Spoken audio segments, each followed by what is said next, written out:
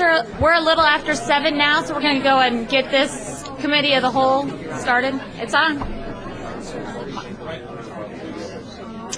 It's a little after 7, so I'm going to go ahead and get this meeting started. It's a full house, so if everyone could lower their voices. If you're going to talk with one another, that's your business, but if you could respect other people that might be talking, that'd be appreciated. If the clerk would please call the roll. Ms. Barnes? Here. Mr. Bowersox? Here. Ms. Shenoweth? Present. Mr. Lewis? Here. Mr. Roberts? Here. Mr. Smythe? Here. Ms. Stevenson? Present. Mayor Presson?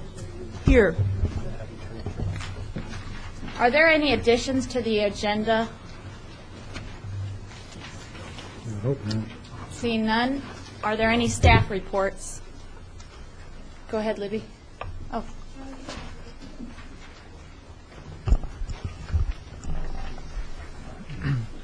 I'll have a comment before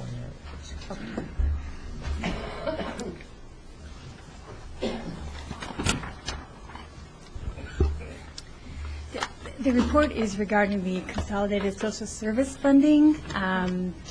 It's that time of year. We have the applications were to be turned in last Friday, and so you have copies of all the applications. This week, I will be sending notification to the applicants who will be coming for the presentation. And we're looking at next Monday, before the regular council meeting, having a special. We'll provide a box dinner, and I'll send out an email seeing what it is that you would like to have. I'll also be sending out several matrices, the previous funding for the last 3 years, as well as the funding eligibility, and then that lists by ward, so you can use that as the. And then after that, then the following week is when the discussions and reviews will start. And this year we have approximately $290,620. Cunningham Township is still reviewing how much they're going to put in. So this amount is the minimum that they'd had last year of the $70,000. So Carol Ellie is supposed to get back with me and let me know if there's any increase in that amount. So this amount could increase, but at the minimum, this is what it would be. And this is up from last year by a couple of $1,000. So. Anything else? Any questions? Any questions? Thank you, Kelly. Anything else from staff? Okay. What? Oh, go ahead. Sorry. Yeah, thanks. I thought you were going to do the time limit meeting. Going on presentations. Sorry, go ahead.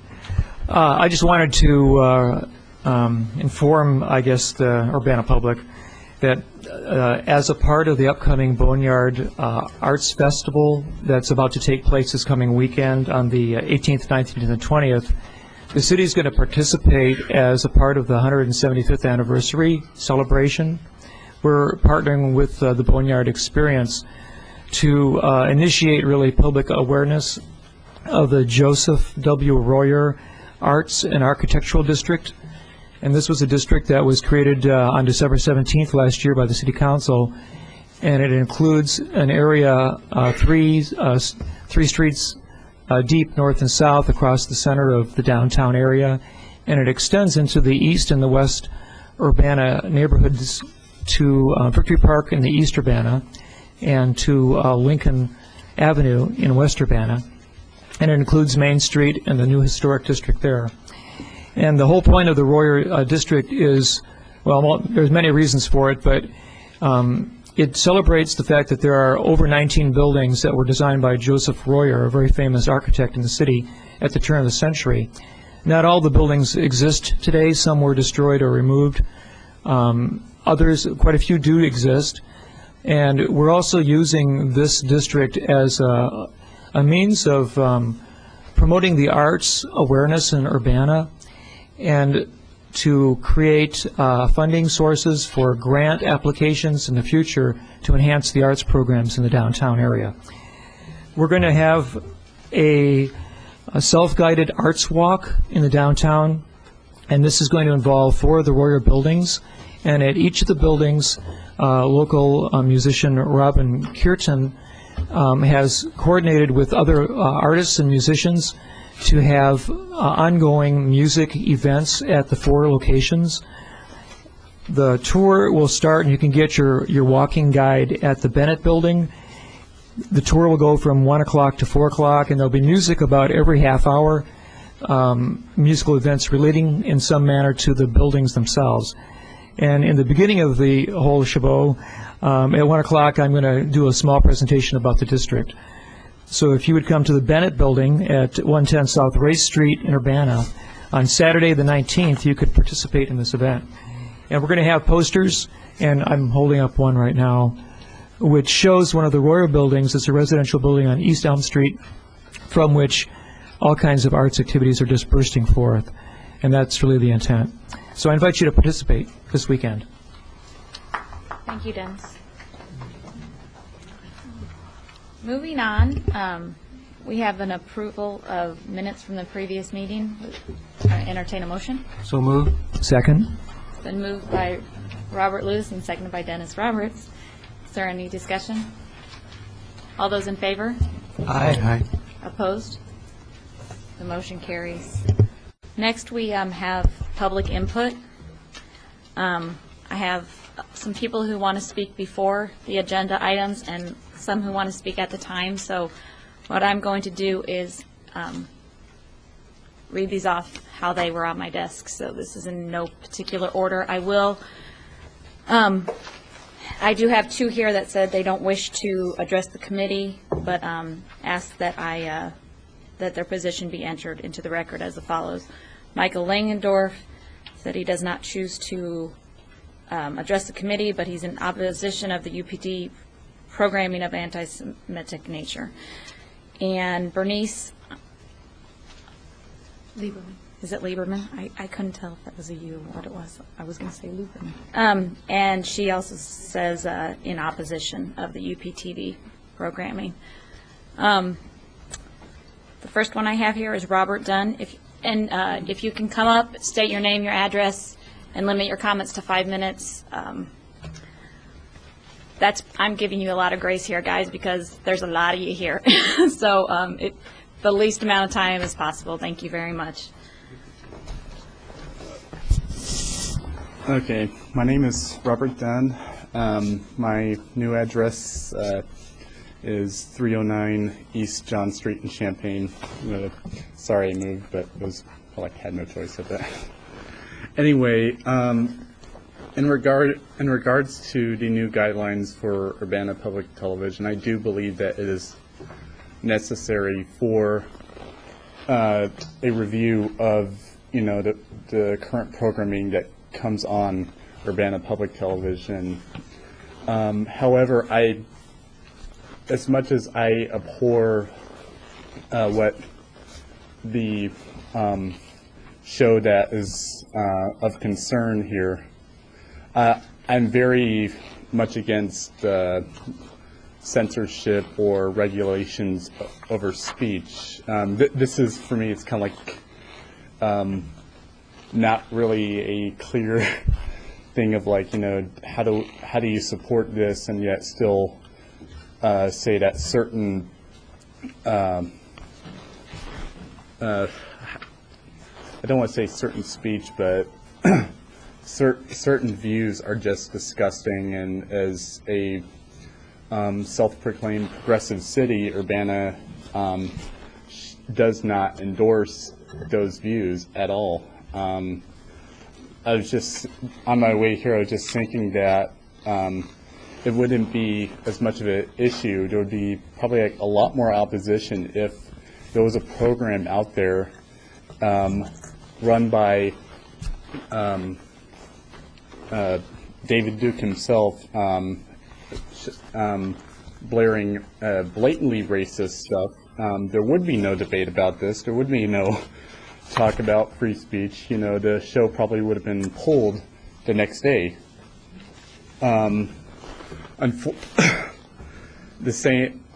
it seems when it comes to issues of anti-Semitism and a lot of religious bigotry, people want to say that it's their right to free speech, but you know, when it comes to racist, blatantly racist arguments, you know, there's a consensus that, you know, that's not to be tolerated. So I'm just saying, I'm not for censorship in any way, but I think the city of Urbana needs to make clear that those repugnant views coming from this program does not represent the city of Urbana as home of the University of Illinois. And so I'm just, you guys have a tough decision to make, so just please make it wise. Thanks, Robert. Are there any comments or questions for Robert? I do have one more of someone who didn't want to speak at the, address the committee, but this has to do with public arts. Walter Matherdy is in support of the public art program. Mitchell Harris.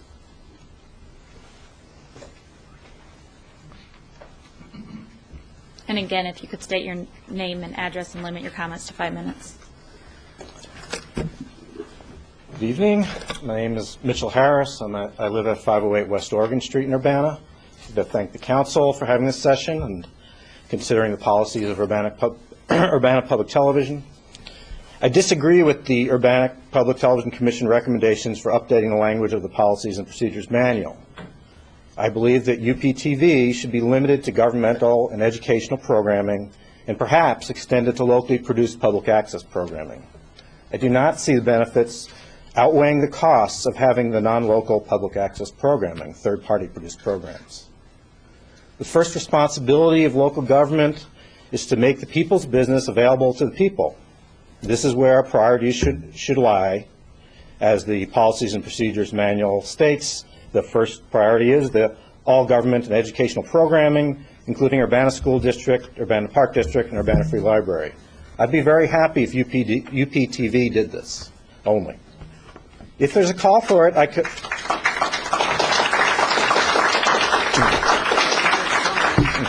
If there's a call for it, I can also see benefit to locally produced programming. Here, the person producing the work can give back to the community, or if they have a political point of view, the people producing the program would stand by their work. They would be there, and that's part of free speech. It's local. This is also keeping with the history and creation of Urbana Public Television.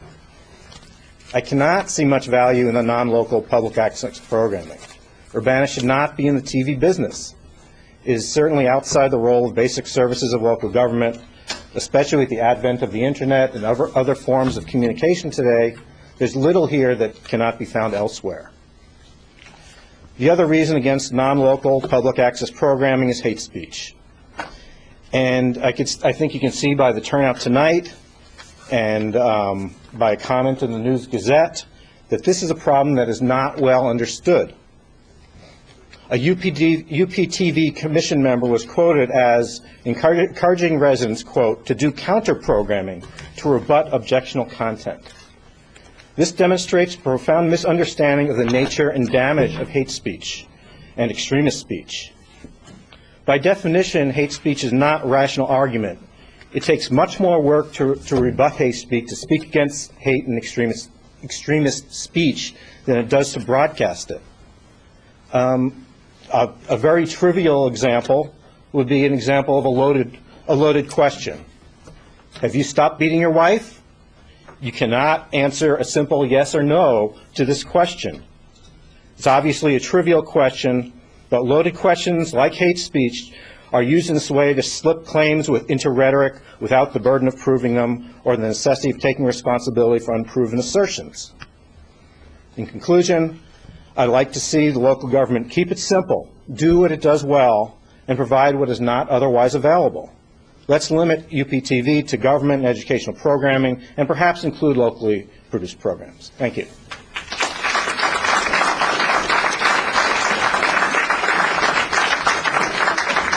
Are there any questions for Mr. Harris? Comments? Thank you. Next, I have Linda Lorenz.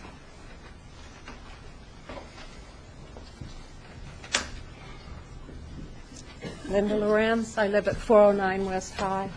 I just wanted to comment on the Boneyard project. I was really delighted at the opportunity to be part of the planning, to have somebody say, what do you like, how will you use it, what do you think of this, and then to review a plan when they had pulled some of our ideas together. One of the procedures and techniques that was used was for us to look at a photo of the downtown that was taken from a plane, and we looked down on the photo and marked on it for them things that we liked and didn't like and things we noticed. And I was struck by the amount of cement and parking lots and the lack of trees in our tree city in some sections of the downtown. And one of the things that I hope that you all will do, and working with, I assume, that mass transit and other planning, is to facilitate people to come downtown and enjoy that boneyard when it gets itself all fixed up. But I would not like to see more cars, and I do not want to see more parking lots, and I hope when we have the boneyard looking as great as it's going to, that we'll have more trees and more green growing things down here. One thing that might work would be to have a little shuttle bus or something that can move people from some designating parking spaces down or through the city and down to the boneyard and back to Lincoln Square if that's where you're working, but you want to go down there and have your lunch. So I'm really delighted with the plan and the way it was done. Thank you.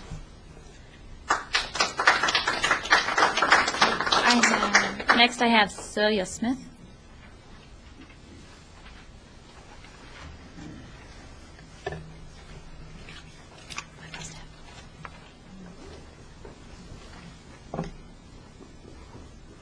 Good evening. My name is Cecily Smith. I live at 1404 Westfield Drive in Champaign. I'm a staff member of Prairie Rivers Network, who's one of the organizing partners in the Boneyard Creek Community Day. And the third year of this event is going to be happening this Saturday, August 19th, in Scott Park. As one of the partners for this event, and also as a co-chair this year for the organizing committee, on behalf of all the other partners, we would just like to say thank you to the City of Urbana for the continued support that you have shown for this event. We really started out with this project. One of the goals was to increase awareness of the Boneyard Creek in our community and the importance of having this natural feature stay as clean and protected as possible among this urban setting. And as the events have shown, every year we get more and more volunteers coming out to participate, which I think shows the growing awareness and the growing love for this little creek and its importance to all of us. So again, we just want to thank you so much for your support. I do have on the table over there, we've brought some goodies for you, one of them being our volunteer t-shirt. So on those days where you definitely do not want to be incognito, wear this. And we have one of our Frisbees made of recycled plastic that we'd like all of you to have. So thank you so much again. Thank you. Are there any questions for Ms. Smith? Thank you. Next, I have Magth, Paul, at 207 West Illinois. Sorry for my orthography. We don't do it much anymore, do we? Well, I think the answer for objectional speech is more speech, which is why I returned after being here Tuesday for the township meeting. I guess that's when it was, wasn't it? And I hope the city council, as the township board, will address the idea of public questions and not have miscellany as the place where public input would be most appropriately. I don't think it should be called miscellany. But I don't want to dwell on that too much. I do oppose the idea of taking this. I haven't seen this objectional program, but you can find Reverend Hagee on Sunday morning and that's hate speech too. So it's not just on local access. I think that weighting programming for local content, local production, and that sort of thing could be an interesting way of looking at it, and local support. I'm not sure if that's in any of the current policies for the public access. I think we should know about these people. They don't go away just because we don't see them on television, and a lot of people aren't watching these rabid reverends on Sunday morning. I advise that people do that because I think it's extremely dangerous. I wanted to applaud Urbana's role in acting on what are not seen as local issues, though. Urbana became a city for peace at the beginning of the wave. It was before the war against Iraq was launched. And I urge the council to revisit that. I know you have a long meeting tonight, but there's a Cities for Progress, Cities for Peace, No War Against Iran movement around the country. The most recent one is Brattleboro, Vermont has passed a resolution. They have a long tradition of town meetings and public questions on their local. I think it's something to aspire to myself. I suggest that you start with the bill that Murtha and a Republican have offered. It's actually not a bill, it's a resolution calling for negotiations with Iran towards the idea of helping settle things down in Iraq. But I think we should go further than that. That's co-sponsored by Tim Johnson, our local Republican representative, wonderfully. I think that's a great thing. I think we should build on that and actually say, well, if you're going to bomb a country, it's not going to make your negotiating with them any easier. So I think we should oppose the machinations of Cheney et al., and I think it's important that cities do that at a local level. Again, I think it's entirely warranted for the city to take this kind of posture. I've heard the mayor wax eloquently on how much money is being wasted on military adventures, and it should come back home. Don't applaud anyone because it just takes up some more time. Thank you. Or jeer either.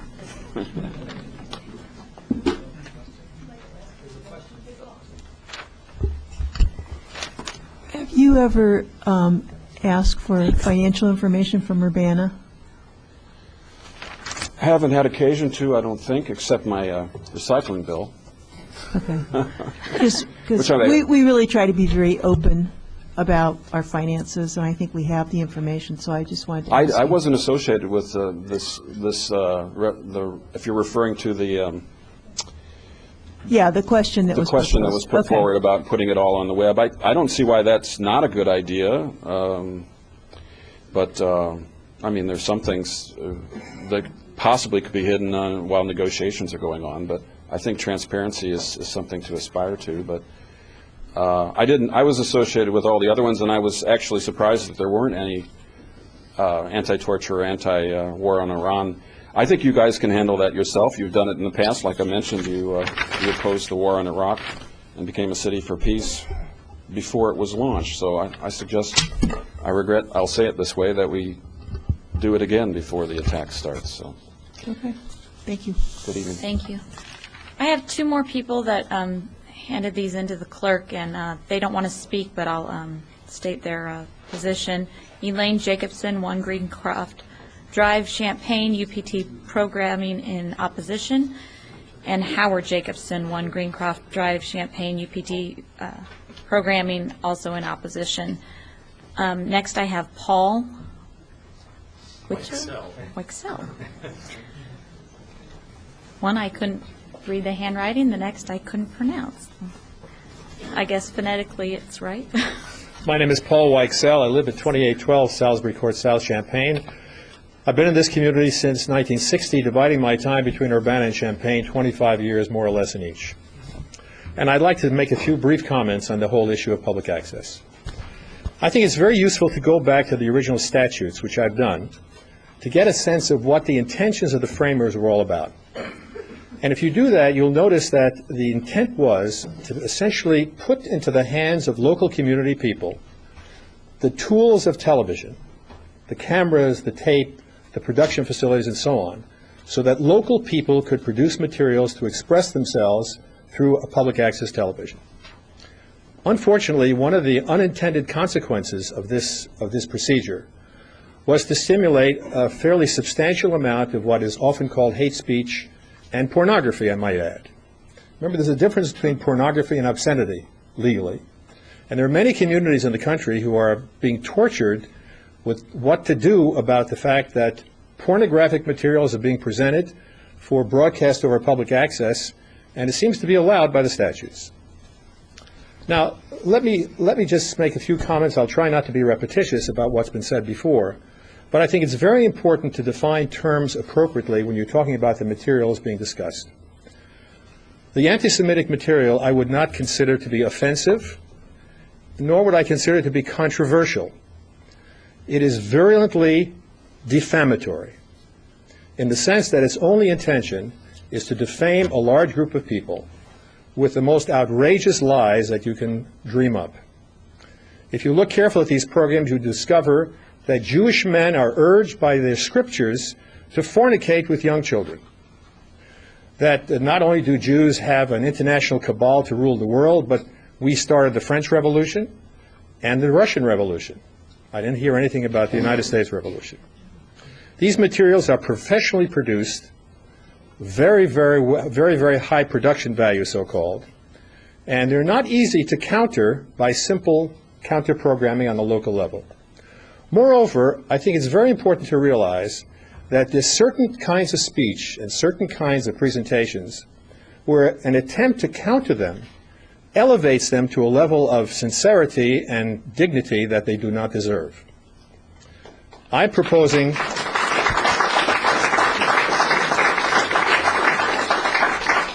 I've spoken, for example, and other people have as well to the Commission, about the possibility of developing a hate speech ordinance, which does exist in some places. I'm very well aware that that raises the hackles of attorneys, and I understand why. It's a slippery slope, but I want to point out that the First Amendment right to free speech is not untrammeled.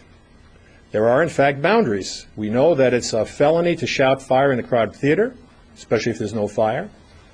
We know that fighting words, namely speech which is imminently dangerous in terms of action, is a felony. And so I think that the simplest and cleanest way to deal with this question is to eliminate the possibility of third-party programming on UPTV. And I want to point out that doing this removes the whole issue from free speech. The Constitution in general, and the Bill of Rights in particular, does not require any institution, governmental or otherwise, to provide platforms for anyone who wants to speak publicly. Now, often that's a very desirable thing to do. But in this case, it seems to me and many other people that the negative consequences are very, very substantial. Now, let me just end very, very simply. If there are any lessons that we've learned from the 20th century and the 21st century, it is that hate kills. We don't have to look very far from our own community to look for instances where people who are inspired by the likes of Duke and others to go out, get a firearm, and start shooting people. And that happened in this general area in the Midwest not more than 2 years ago. It is unworthy of a progressive city like Urbana to be associated in any way, shape, or form with the sort of material that is being sent over the airwaves on UPTV.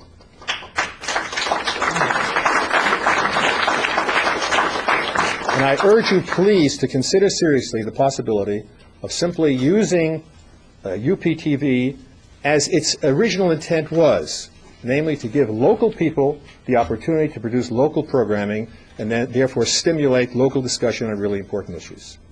Thank you very much. Thank you. You have Paula, so you're an advocate for putting limitations on the content of UPTV. No. Is that correct? Quite the contrary. Okay. It seems to me, you see, that's the morass that every attorney will warn you against in any circumstances. What I'm suggesting is that I would eliminate the third-party materials. I eliminate access to third-party materials. Now, let me point out, that does not mean that a local group couldn't possibly put together a program which I or others might consider hate speech. We'll live with that. And I think a community, if it's dealing with these issues on a local level, can manage that sort of thing. So I'm not suggesting any kind of regulation or censorship on the basis of content. Would that then eliminate airing on the public television programs created by the Sierra Club? Absolutely. Because they are not a locally based organization? That's the downside. And what I'm suggesting is, in balance, it's worth it. Ah. Go ahead, Nate. Okay.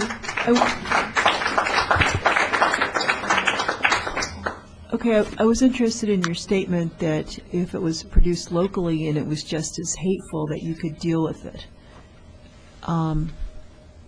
Why is it easier to deal with it if it's locally produced? Because then people will present themselves for who they are. They'll be known in the community. And I think there's a natural break, there's a natural tendency to understand what the mores and the norms of a particular community are, and to feel constrained, whatever one's inner thoughts are, of expressing things which are incredibly counter to those mores and incredibly offensive on the basis of those norms. Look, I'm aware that we cannot, nor should we try, to legislate what's in people's hearts. We need to educate people, we need to be open about things, and we need to talk about things. But it seems to me that this avenue of bringing in virulently, in this case, anti-Semitic materials which will remind you, if you have that kind of connection, with exactly the sort of things that were said in Nazi Germany, to keep those things off the air would be a huge contribution to the level of civility of the conversation in Urbana, the public conversation in Urbana. With the person who's bringing this is a local person, and he's getting these tapes that are slickly produced, but it is a local person, and he doesn't seem to be fazed by this at all. And so if somebody else were going to actually put a program that's locally produced, I think you'd end up with the same problem. Well, I would be very surprised if you would be. The point is, these things are downloaded from on the web. He's got a room full of them. If you read the newspapers, he is a devout conspiracy theorist, and he loves these kinds of things. And quite frankly, I'm not convinced that he really understands either the content of the materials or is sensitive to what the content means to other people. Okay, thank you. Okay. Thank you, Paul. Thank you. David at 304 West Elm.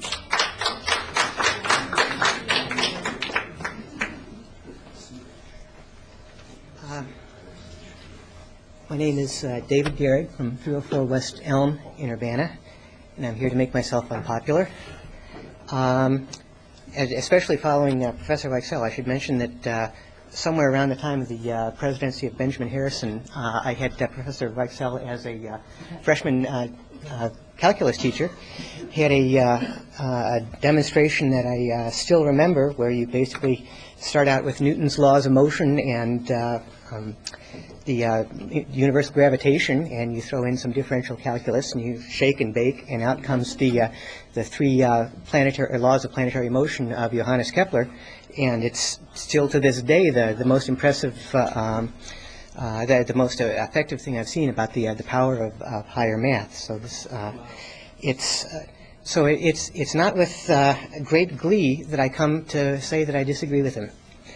I'm speaking as a Jew, but also as a believer in free speech. I'm proud of both. And today I don't think that they're in these, I don't have a dividing line down the middle saying I'm being pulled in two directions at once. I think I think that there's a consistent case that can be made. And this will be a shocker, I'm not here to speak in support of anti-Semitism. It might surprise you to learn that I'm actually against it. In fact, only about a week ago, I had a letter in the News Gazette attacking someone who was spinning a plot of international intrigue, which kind of launched into an alternate reality. I certainly think that anti-Semitism is something that needs to be combated. But the way that you combat it is by answering it, and answering it with facts.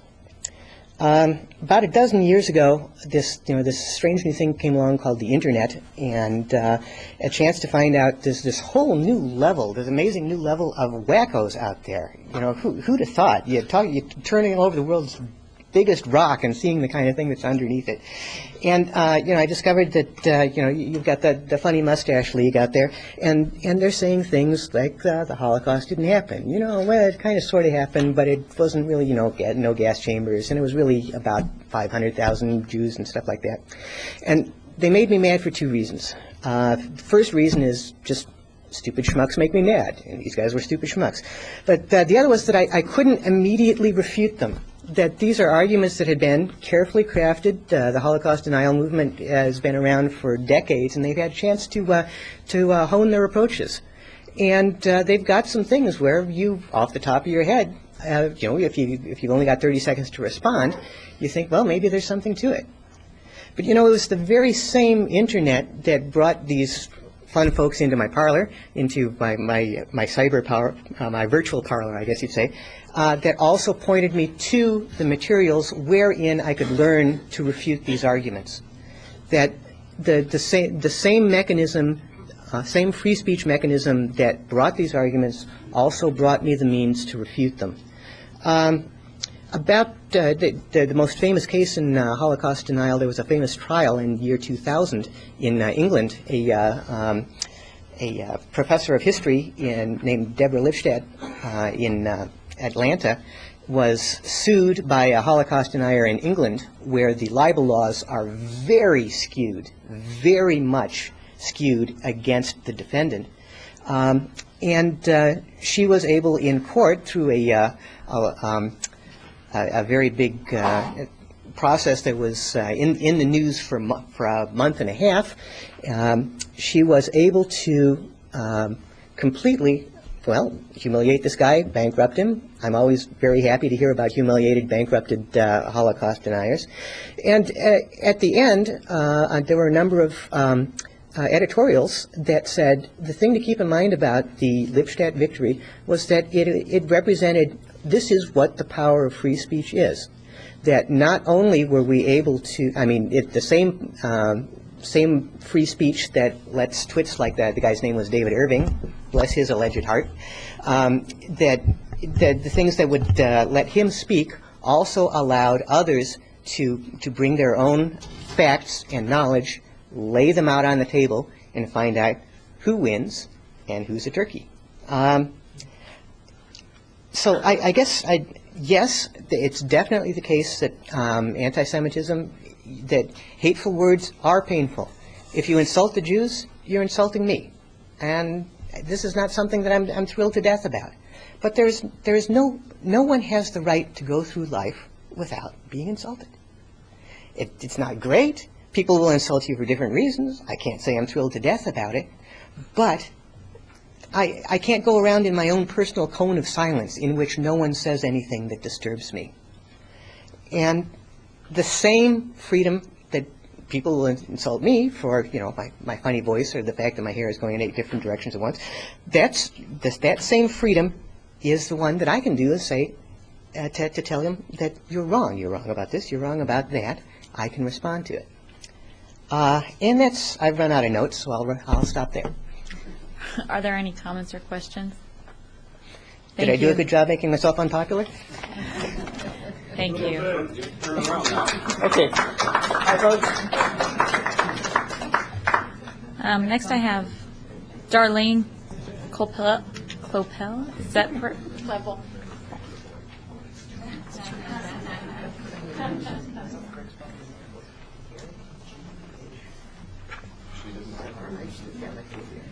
I'm Darlene Kleppel. I'm the Social Service Director at the Champaign County Regional Planning Commission, and I just wanted to take the opportunity this evening to distribute the year-end results for the LIHEAP program, which we took on last year. This was our first full year of operation, and I thought you might be interested in seeing what we did. We distributed almost $2.5 million this year, of which 1,121 applications were entered during the summer cooling season, and 5,006 applications were entered during the winter heating season. Of those, you can see the number of people who actually received benefits, which is over 90% in both cases. The average benefit in the summer is $150, which is the maximum that is allowed by the grant, and the average in the wintertime was $539. You can get a little sense of who actually received the benefits by looking below that to where it says persons receiving LIHEAP benefits. Of the applications we took, there were 12,647 persons in those households that received benefits, and this is the breakdown of all the demographics. In order to do a comparison of folks in Champaign County, immediately to the left is the persons in Champaign County, but more to the point for some of the statistics would be persons or households in poverty, which you'll find in the upper left-hand corner. You can compare the statistics across with the number of persons or households that are in poverty in Champaign County.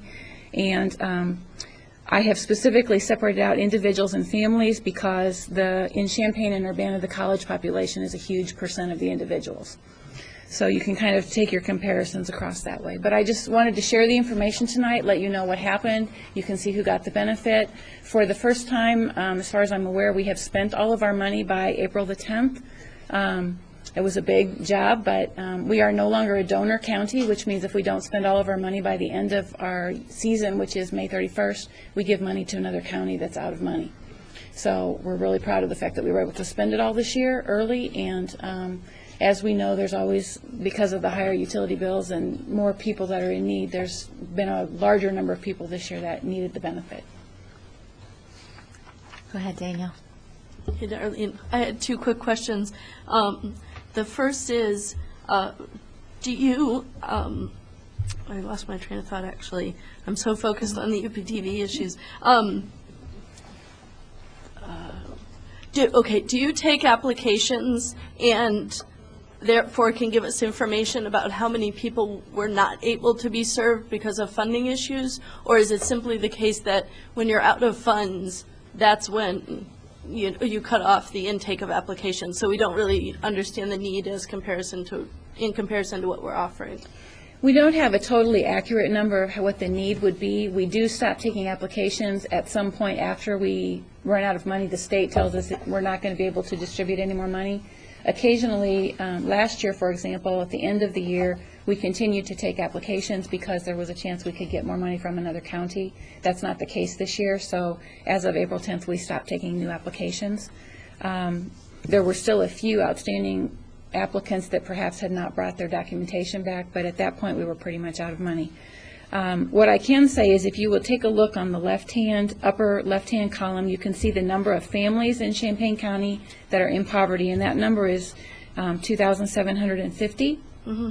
And you can see the number above that in individuals that are seniors over 65, which is 824. And so you can pretty well guess that there are about 3,500 households that would definitely be eligible for the benefit. And we gave benefits this year to 4,500 households.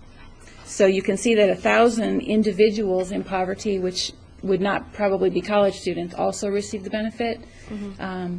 So we can't tell exactly if that served everyone, but we can see kind of where we're at with that. Okay, and just my second question is it a reimbursement directly to the power company that you're doing? Yes, it's a payment directly to the power company. And is it at cost, or is it actually at market rates that they're charging?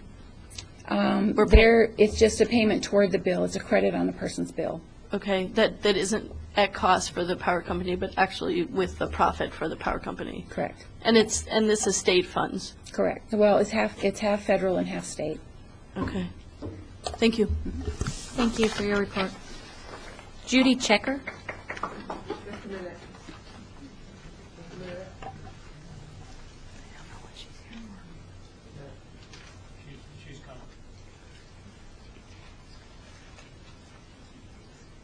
Maybe you could read out a couple of names.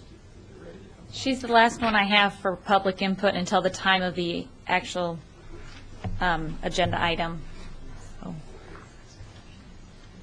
Are you here for the UPTV? Yeah. Okay. I'm having So if you trouble could with state my your eyes, so I'm sorry. If you could state your address, your name, your address, and limit your comments to 5 minutes. Okay. My name is Judy Checker, and I live at 205 North Gregory in Urbana. Okay. Go ahead. I think you all know that I am opposed to this hate mongering that's going on the Urbana television, so I won't belabor that. I did sit in with the commission and looked at the regulations and saw that, in fact, we've signed a contract that says that the programming that goes on UPTV cannot contradict any local laws. So that, to me, gives us a really good opening for doing what so many communities have done, and that is to pass some kind of ordinance that restricts this kind of, speech, so that they would be in violation. Otherwise, we could easily wind up with lots of programming like this, gay bashing and, things that bring up stereotypes about black people, and I could get graphic about that, but you can all imagine what kind of stuff. I mean, these people that are doing this are linked with the KKK. I've read I've looked into who they are, and we could fill up our whole airway with this, because if you're going to say you can't say no to this, then you can't say no to any of that programming, and we could just keep, promulgating this kind of programming until all the airwave is full of it. So at what point do we say uncle? Do we say it's enough? Do we wait until more groups like this say, hey, Urbana's a good home for this? Or do we, stop now and think about how to make this a responsible forum for real, public debate and discussion? This is nothing like talking on a street corner. Nothing at all, because on a street corner I can argue with somebody. If I do some kind of counter-programming to try to contradict what's being said here and say it's not true, the Talmud doesn't say this, I've looked it up, this is what the Talmud says. The people that hear me say that are not going to be the people that heard this disgusting broadcast. And these broadcasts are not things that are insults to Jews. First of all, they're insults to all of us as human beings, but the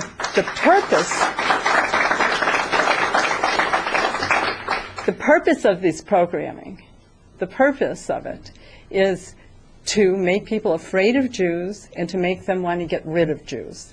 That's the entire purpose of this whole set of programming. It's to denigrate and defame a group of people and to make people afraid of them. In the same way that people propagandized against black people and tried to make us afraid to have young girls in school with black boys and all this kind of stuff that goes on in our society. Why should we, with our taxpayers' money, give them that forum? And I am so against losing public access. I'm not here to say that we should only do governmental and education programming. But if public access is going to survive in our country, if this new idea that we have is going to survive, we have to find a way to make it responsible and not to let it be just an instrument in the hands of hate mongers. And that's what it can become. Because I could do programming on all these things until Urbana screams uncle and says enough. Because you have said you can't say no to me. We need some kind of parameters here. And what other communities are doing is setting those parameters in. There have been very few contests about this. So I had suggested months and months ago that we look at the wording in these communities and see which ones were contested and which ones weren't, and try to see what the difference is in the language. I was told that somebody in Mr. O'Neill's office had done the research, but that he didn't want to share it. So now I don't know whether he'll be willing to share it or not, but if he would be willing to, I'd love to see it. And I'd love to see what the differences are in those communities that have passed anti-hate speech legislation that has not been contested, how they worded it, how they, dealt with the First Amendment issues. And then the last point I want to make is the First Amendment is not a blanket thing. It does have unprotected speech, like the one aforementioned about yelling falsely fire in a crowded room.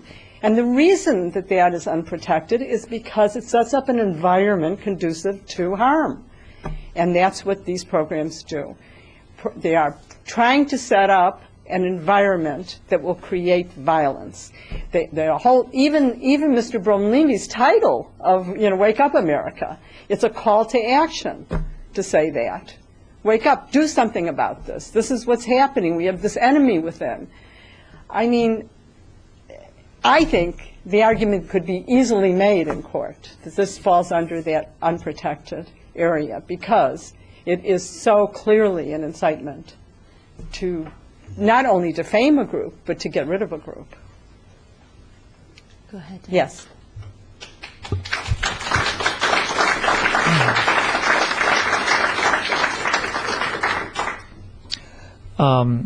Different thoughts come to me listening to your discussion, and I'm kind of curious. The first thing that came to me was the recent movie, I think it was called Minority Report. It was a futuristic movie in which, through telekinesis and other kinds of means, the police force was able to know when a crime was about to be committed, and they could go and arrest the person before a crime was actually committed. So that was one thing that occurred to me. I don't see the connection. I'm sorry. Could you spell out how you're connecting? I think you have a great concern about future problems or no, I'm concerned conditions. about this problem, that we have given access to a hate-mongering group to go through our from Oregon, to go through our airwaves to try to convince people that Jews are dangerous and that they're the enemy within. Maybe to jump forward, I guess. Do you have control over what the public airways are showing a variety of materials from a lot of different viewpoints, which many people don't all agree to. It's true. We do have the power, however, to select what we have that comes into our homes. You're looking to have the power to select what comes into all homes in Urbana? In other words, you're able to turn off the television set if you disagree with the discourse, right? Is that correct? Yes, although you're not forced to watch it. First time I saw it, I was so shocked I couldn't turn it off. But you could turn it off. It was mesmerizing to see that on a Urbana television. All right, but you could turn your television set off. Yes. And refuse to watch that. Right. All right. But you notice that commercial television doesn't put on this kind of programming. This is way beyond the pale. We're talking not of controversial stuff here. We're talking about propaganda, like somebody said, it's very similar to what was going on in the 30s, except they didn't have television. And so it's not just controversial comments here and there. This is a concerted effort to get rid of the Jews. Do you think it would be appropriate then to start perhaps blacklisting certain programming? Absolutely. All stations do that. You couldn't get this on any other station in this town. You would not see this kind of programming in America, except on public access in very few communities, Urbana being one. Most communities are taking action in one way or another. The way that I don't want to see happen is to say, oh, we'll only do government and education. I don't want to see that happen. The other way is to try to find wording that, is the minimal that we would need in order to not allow such virulent hate on our, on our city taxpayer-supported station. What happens in the market is people wouldn't put that on because they know that they'll be in trouble. If commercials, if there are sponsors. I think I understand. Yeah. Thank you very much. Are there any other comments or questions? Okay. Thank you very much. You were the last of public input before the agenda item.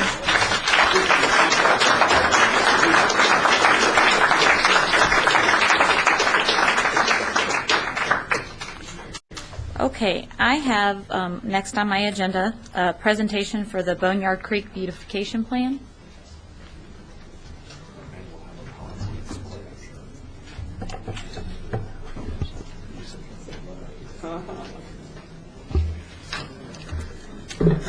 As you all know, about a little over a year ago, we began the process of evaluating and looking at the Boneyard from Main Street to University Avenue through the downtown area. Looked at it specifically for the purpose of seeing if we could provide or develop a master plan for beautification of the Boneyard that would provide amenities and enhancements that would stimulate and integrate with development along the Boneyard. Through that process, we've had a lot of public meetings, public input meetings, stakeholders meetings, talked to a lot of individuals. And today we have with us our consultants that we selected for this process from Wank Associates in Denver, Greg Dorlek and Jane Kulick, with us today, who are going to give us the results of that effort and tell us what they've come up with as far as concept plans. Thank you. That I'll turn it over to Jane and Greg. Great. Thank you very much. Good evening, members of council, mayor. It's great to be back here. I think we have audio-visual difficulties here. It goes to sleep. It goes to The sleep. big projector Okay. goes to sleep, so I'll just do a quick introduction. It's almost a year to the day that we had our first community input workshop on the Boneyard Creek, and we asked Urbana residents what they really wanted to see and what type of Boneyard Creek they wanted to leave their kids and their grandkids. And it was a very exciting, very energetic meeting with a lot of terrific ideas. This has really been a planning effort that's focused on taking a little used, mostly hidden drainage ditch that flows through wonderful real estate through downtown and making it a significant community amenity. Greg is actually going to give our presentation. He's a senior landscape architect in our office who's led our work on the planning project. And then also with us today are Paul Boersma and Michael Schwar from HNTV Corporation. They've done the engineering piece of this. Now I think I've talked enough here, so hopefully the visuals will begin. Can you all see it? Oh, okay. You can see, okay. Yes, you're fine. Can you dim the backlights somewhere? Okay, well, thank you very much. We'll be brief. Okay, thank you. As Jane said, this began a year ago, almost to the date, and in our first community meeting, we presented an analysis of the Boneyard as well as precedent projects of what the Boneyard could become, and a few kind of raised their hands or voiced afterwards that kind of saying, well, the Boneyard Creek, why would I go down there? And, they proceeded to describe the current conditions, be it the smells, be it the safety issues and whatnot. So that really gets at kind of the fundamental issue and what we're trying to answer here. Why would you go down there? So what we're looking at is transforming this highly urbanized drainage ditch into, what is the title of this, a place for people. And we're going to do that by a series of small pocket parks connected by a continuous linear greenway that over time could even encourage redevelopment to occur around the Boneyard Creek. So I'm going to quickly go through the project area as well as just describe to you some of the main highlights of the plan, as well as showing you future phases of how the Boneyard and redevelopment of Urbana might look in 10 or even 25 years as it relates to the Boneyard. So the Boneyard Creek watershed is roughly 8.5 square miles. Our project area is in one of the final reaches of the Boneyard before it meets up with the Saline Branch. What we're showing here is the project context area in red, where we looked at the project area and more situations as looking at future phase developments and how redevelopment might occur around the Boneyard in this area. And then the detailed project area, which looks at really improvements inside the channel as well as to the immediate land adjacencies. In these community meetings, we develop goals that would really kind of guide planning. What you see on the lower left there, we asked the community to select images for what they think the Boneyard could become, and we see exciting images of great amphitheaters and cafes and open spaces, as well as trails, beautiful bridges, as well as access to the creek. We also in those community workshops developed the framework plan, and this is really what would guide us through subsequent planning and design stages. What you're looking at here is the yellow. We're looking at the yellow area is would be a great place for a plaza near Main Street. The kind of centrally located green space around Race Street near the Station Theater, Silver Creek Restaurant, which would be a great place for a new public park. The dark green, the community wanted to see and appreciated some of the natural characters in certain sections of the Reaches, and they wanted to see that enhanced. Looking at the Boneyard, there are really distinct segments that come out of this. Five distinct segments that are really based on kind of the physical proportions of the creek and or how land adjacencies or developments meet the creek. For instance, in this segment 2, we know that it's a very confined area, the one that parallels Race Street in between adjacent properties and the Wood Street neighborhood. Whereas segment 3 around Station Theater and Silver Creek, the Silver Creek Restaurant, the creek may take on a more natural character where adjacent lands may be may have abandoned parking and whatnot as its adjacencies. So I'm going to describe segment 1 here that goes from Main Street to the new Denny's redevelopment. Here again, we're really trying to open up the channel and create a nice pocket park at the entrance of the project area. This area on the south, we know that with Denny's redevelopment, we need to get access to the back parking garage. So we have access into Denny's as well as an access or plaza court that opens up onto a small park. That small pocket park then terraces down to the creek edge, where again we've created a low flow or more naturalized channel in this area. Looking at a section through this area, you can see how the lawn space terraces down to the creek edge.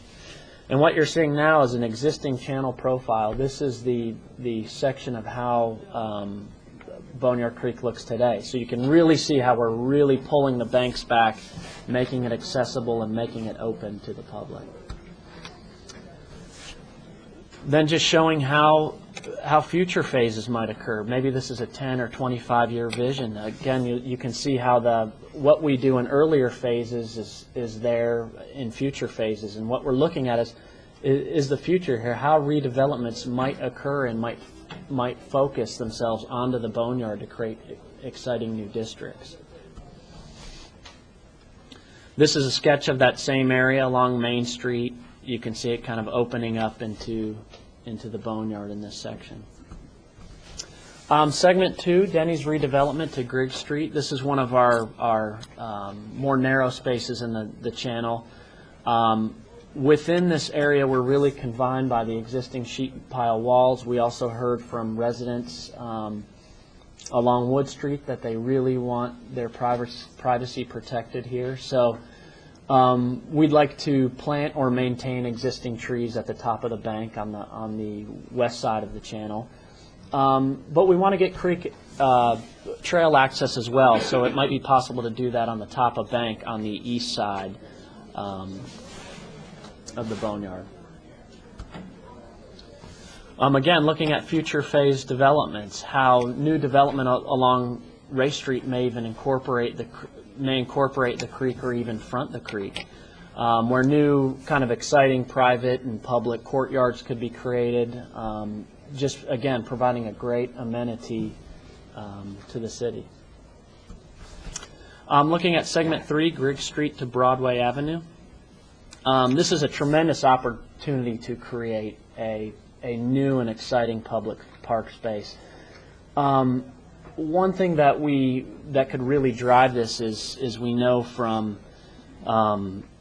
working with Public Works and others that the Race Street Bridge is going to be reconstructed in this area. This is a great time to really look at the construction of this park. What we'd like to do,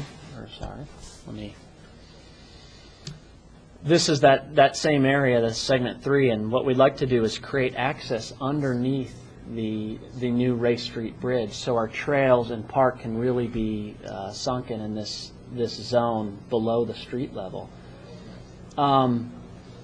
Also creating a public amphitheater outside of the Station Theater where they could use that for events, or it could be used for everyday activities or everyday leisure. What you see in the center of the amphitheater is there's an existing railroad trestle bridge that in our community meetings, we've had to keep that. We had to maintain that. And I think it would be really exciting to maintain that in its current position. And really, it acts as this hovering walkway above the park. As we go further north towards Silver Creek, I think the character is more natural. A lot of people appreciated the existing big trees that are there now, but again, providing this continuous trail access. So again, looking at a section through roughly through Griggs Street down to the creek. You can see how the lawn slopes down, again creating terraces that give you access down to the creek edge. And again, this is the existing channel profile. This is the sheet pile walls that exist now. So, again, we're illustrating how much we're going to open the channel up and make it accessible and make it this great amenity. Further up the reach, this is a section through the amphitheater. It's a little faint, but you can see the trestle bridge in the background there. You can see on some of these illustrations there's an existing sanitary sewer line that runs parallel to the creek, and really, for the most part, it's buried deep enough to where it's not really going to affect the plan a great deal. So we can still open the channel up and create a nice park without having to relocate many utilities. That actually in plan, that would only be a 3-foot width, so you could maneuver those trees around the utility. And it all depends, as we go further, we'll look at more detailed information at how deep that pipe actually is. Again, the existing channel profile, again, this section is less with the sheet pile walls, but again, we can open this area up and provide more safety and more security within the channel. A section down near Silver Creek Restaurant, again, a great opportunity for private developments to, maybe in this case, extend their patio out onto the creek, so that really you can enjoy the creek while you're eating here. Existing channel profile in this section is somewhat unchanged. The banks are already laid back significantly. And again, future phase developments. How might redevelopment occur around this park? Again, the opportunity, if you create this, that new developments can create this exciting new district that front onto the creek. Segment 4 from Broadway Avenue to Vine Street. During the planning process, we met with various stakeholders and learned that this block could be a very near-term development venture. So any improvements that we wanted to make were done so within the existing channel profile. In this case, we're looking at, again, making that trail continuous along the creek, providing it at the top of bank, whereas in-channel improvements might be to improve erosion control and more naturalistic planting. However, the future vision for this area may be much different.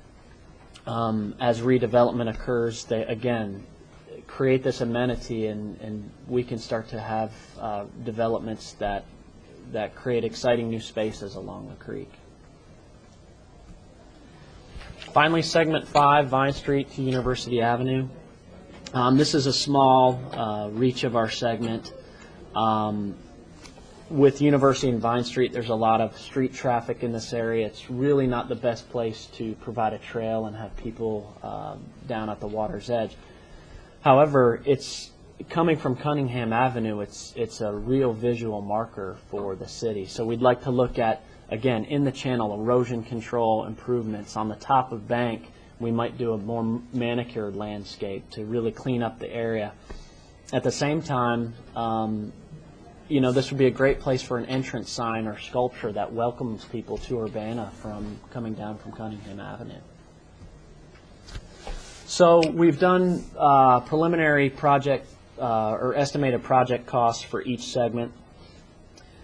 These are in 2008 dollars with a 30% contingency on these dollars. Each segment was calculated as if it were its own individual project. There could be savings here in the case of combining contracts with maybe the Race Street Bridge reconstruction, or combining segment 1, segment 2. You'll get more value for the dollar, so to speak. With that, I'm going to turn over implementation steps to Jane. Okay, thank you. Okay, there are a series of steps. People often ask in planning projects like this, what are the next steps? How do I get started? What are some of the immediate action items that we can get going with? As you know, we're before the full council for the very first review of the plan. The plan will go to Planning Commission. It will also be back to you for a formal either adoption or acceptance. So we're moving through that process.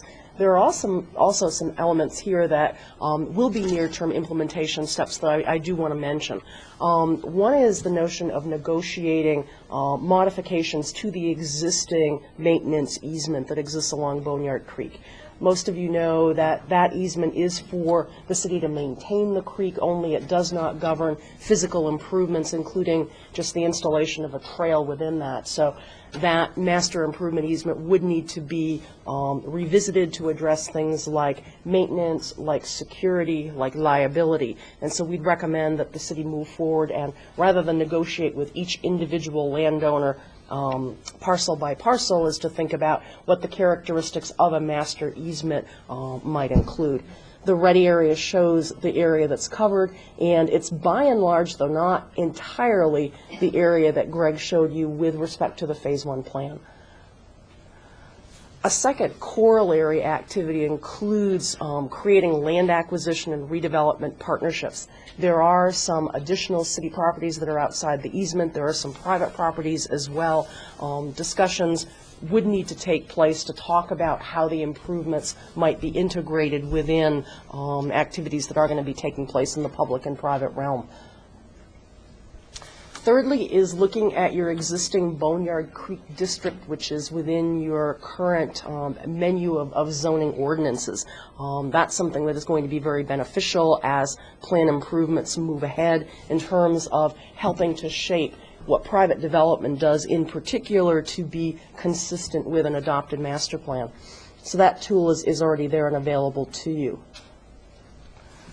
Fourth is starting to go from the segment level to identifying specific projects that might be implemented through your CIP, through your TIF district, which is a great tool that you've got. Those could include things like what we call impact projects, and the park along Race Street near Silver Creek is an example of something that's a wow project that's going to have a lot of community impact and hopefully build a lot of excitement. Second is the notion of combining projects with other planned improvements like the Race Street Bridge replacement. Again, piggybacking those activities will allow you to leverage your dollars and make them go further.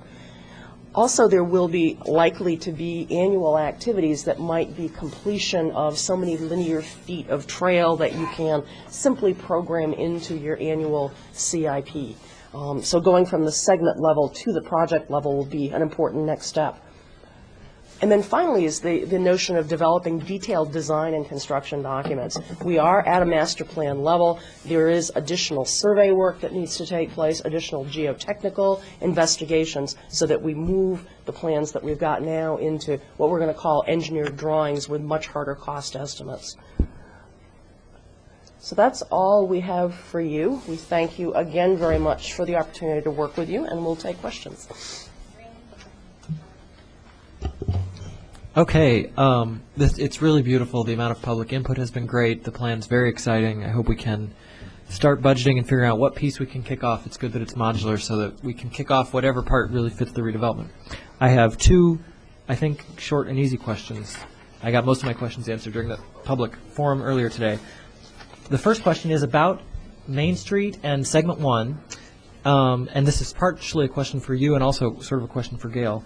The plan is, it looks like, to keep Main Street open and to keep this kind of service access for the Denny's redevelopment, but I know some of our conversations in the long term, too, are about closing that branch of Main Street, depending on what happens with redevelopment and the whole Flatiron concept and everything in that corner of downtown. If that goes ahead, if we do decide to close Main Street, does that dramatically alter your master plan?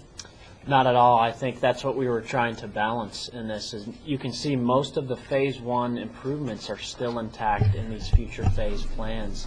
Some of these plans, this is the future phase plan. The Phase 1 plan looks a lot like this. It's just how redevelopment occurs around the creek once you create this. So, no, not at all. I mean, if you were to do that, that would be even better. If that doesn't happen for another 5-10 years, it certainly doesn't kill the plan in this area. So instead of the sort of service access that's there with trees along both sides, that could be more of an extension of the public plaza that's absolutely adjacent. Even better, it would bring you out.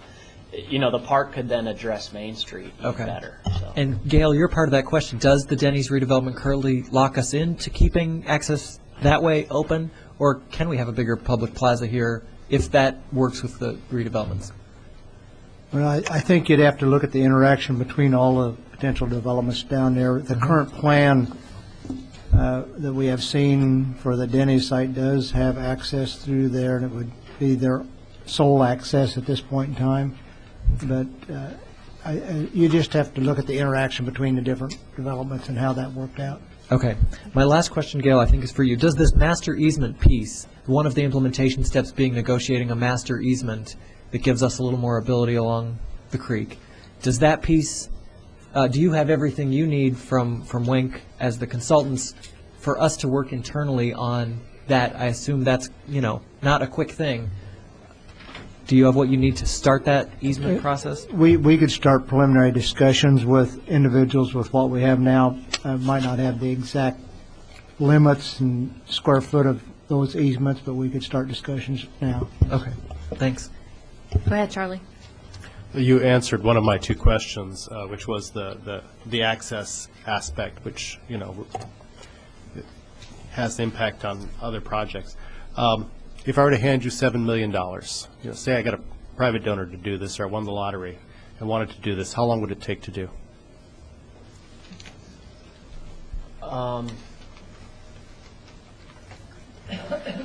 Design, probably a year. Design and engineering, a year. Yeah, I think realistically, I think in a project like this, the design and the engineering could be done in a year, and the construction in a year after that. I think the more significant question would be could the community really be prepared to move through a design process for the entire project that quickly? If the community could, that's great, but I think in our experience, a lot of time, a design like this involves a lot of decisions, involves a lot of stakeholders, and to design the entire segment in a year, technically that's very feasible. I think the limitations would be just more the decision-making process that would need to happen with the community for this to be successful. If you could drive that to happen in a year or not, I'm not sure. Well, extending this, okay, you've obviously been in a number of communities where you've done this. I would imagine some of them you have gone ahead and just gone through and done big chunks at a time. Taking into account wanting to develop, all of our big projects have all involved a lot of public input, and you heard the comment earlier, the appreciation to have the public involvement, and there would be a lot of parties involved here. But if we did say make a commitment like that and say try to move forward, is this a 3-year project, a 5-year project, a 10-year project? What have you done in other communities where they've said we do want to do this? Go ahead. Sure. Okay, we finished a project this past year for the town of Vail, which is a resort community in Colorado. Basically had not updated their Vail Village core since 1968, since it was originally built. We did all of the master planning work in probably about 9 months, and that entailed very significant business owner participation as well as community participation. So we worked very extensively to make sure we had a plan that kept everybody happy. And there we had not only just beautification improvements, but also ADA and physical access improvements. We also had deep utilities that we had to deal with. We then constructed the project, and we were limited there because of the resort nature of the community to building only in 2 11-week-long shoulder seasons, basically. So after the ski areas closed, we had 11 weeks before they got their summer activities up and going. After the fall and before the winter and before the snow, we had another 11 weeks. So that really is what took us a long time. I think it probably took us 3.5 or 4 years to physically get the project built. And it's probably about twice the length in terms of linear feet as we're dealing with here. So I think you're probably looking at 1 to 2 years, is my guess for construction. Assuming someone did give you the $7 million, which is... Well, I actually, when we're all done, I actually have a staff-level motion I'd like to introduce, so when everybody's done talking, thank you. Dennis and then Gan. You. Well, I'm very impressed by your suggestions.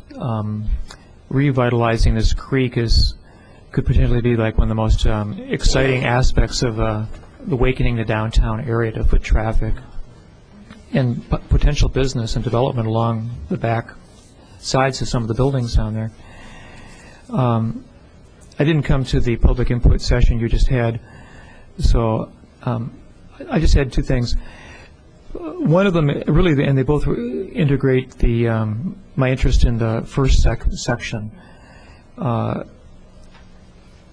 That area of the Boneyard happens to be the place where the first cabin was ever located here in the Isaac Busey cabin, so it has a lot of historic meaning for the city.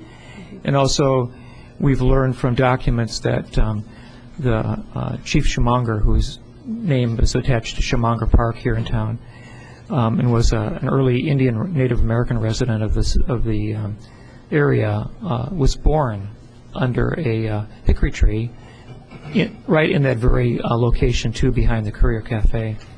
By his own words, that's where he was born. So I have a very deep interest in that section of it. I think that the fact that you've chosen to make it a beautiful park with opening it up is very appropriate.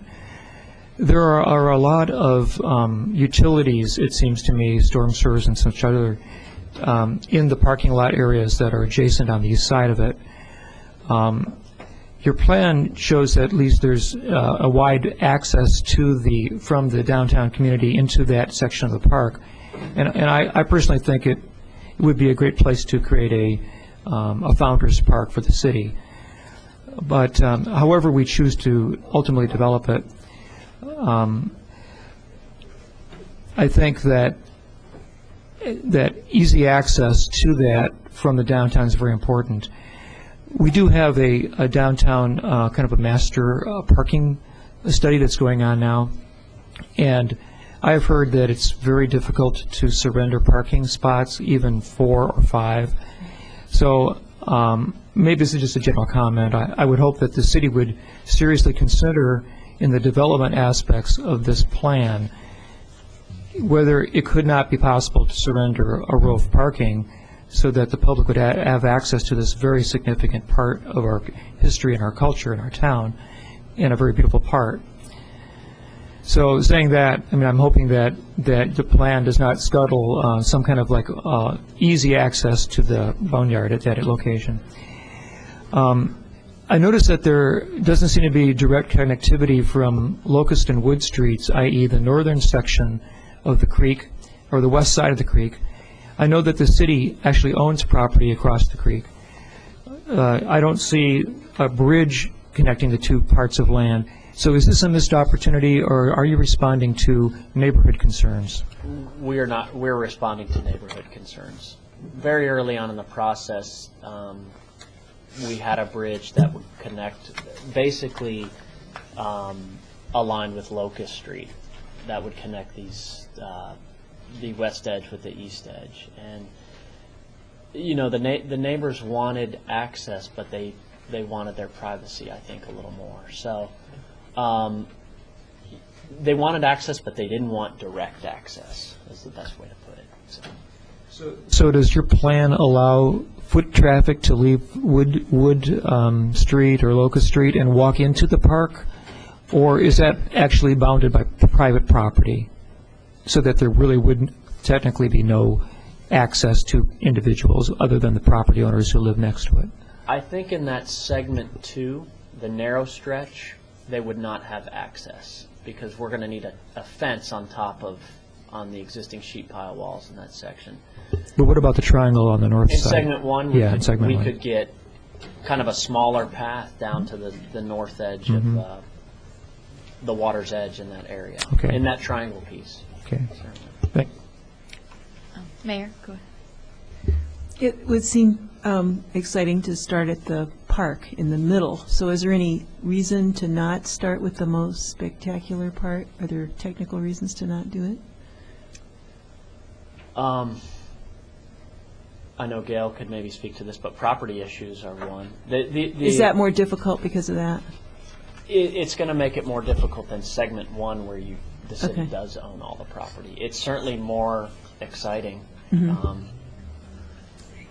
However, it would make the largest impact, I believe. I'll also say, too, that one of the virtues of that segment is you're not dealing with multiple small individual private property owners, so you don't have necessarily 20 separate individuals to work with. There are a few large landowners that I think could be partners in the process. Thank you. Gail, then Lynn. Yeah.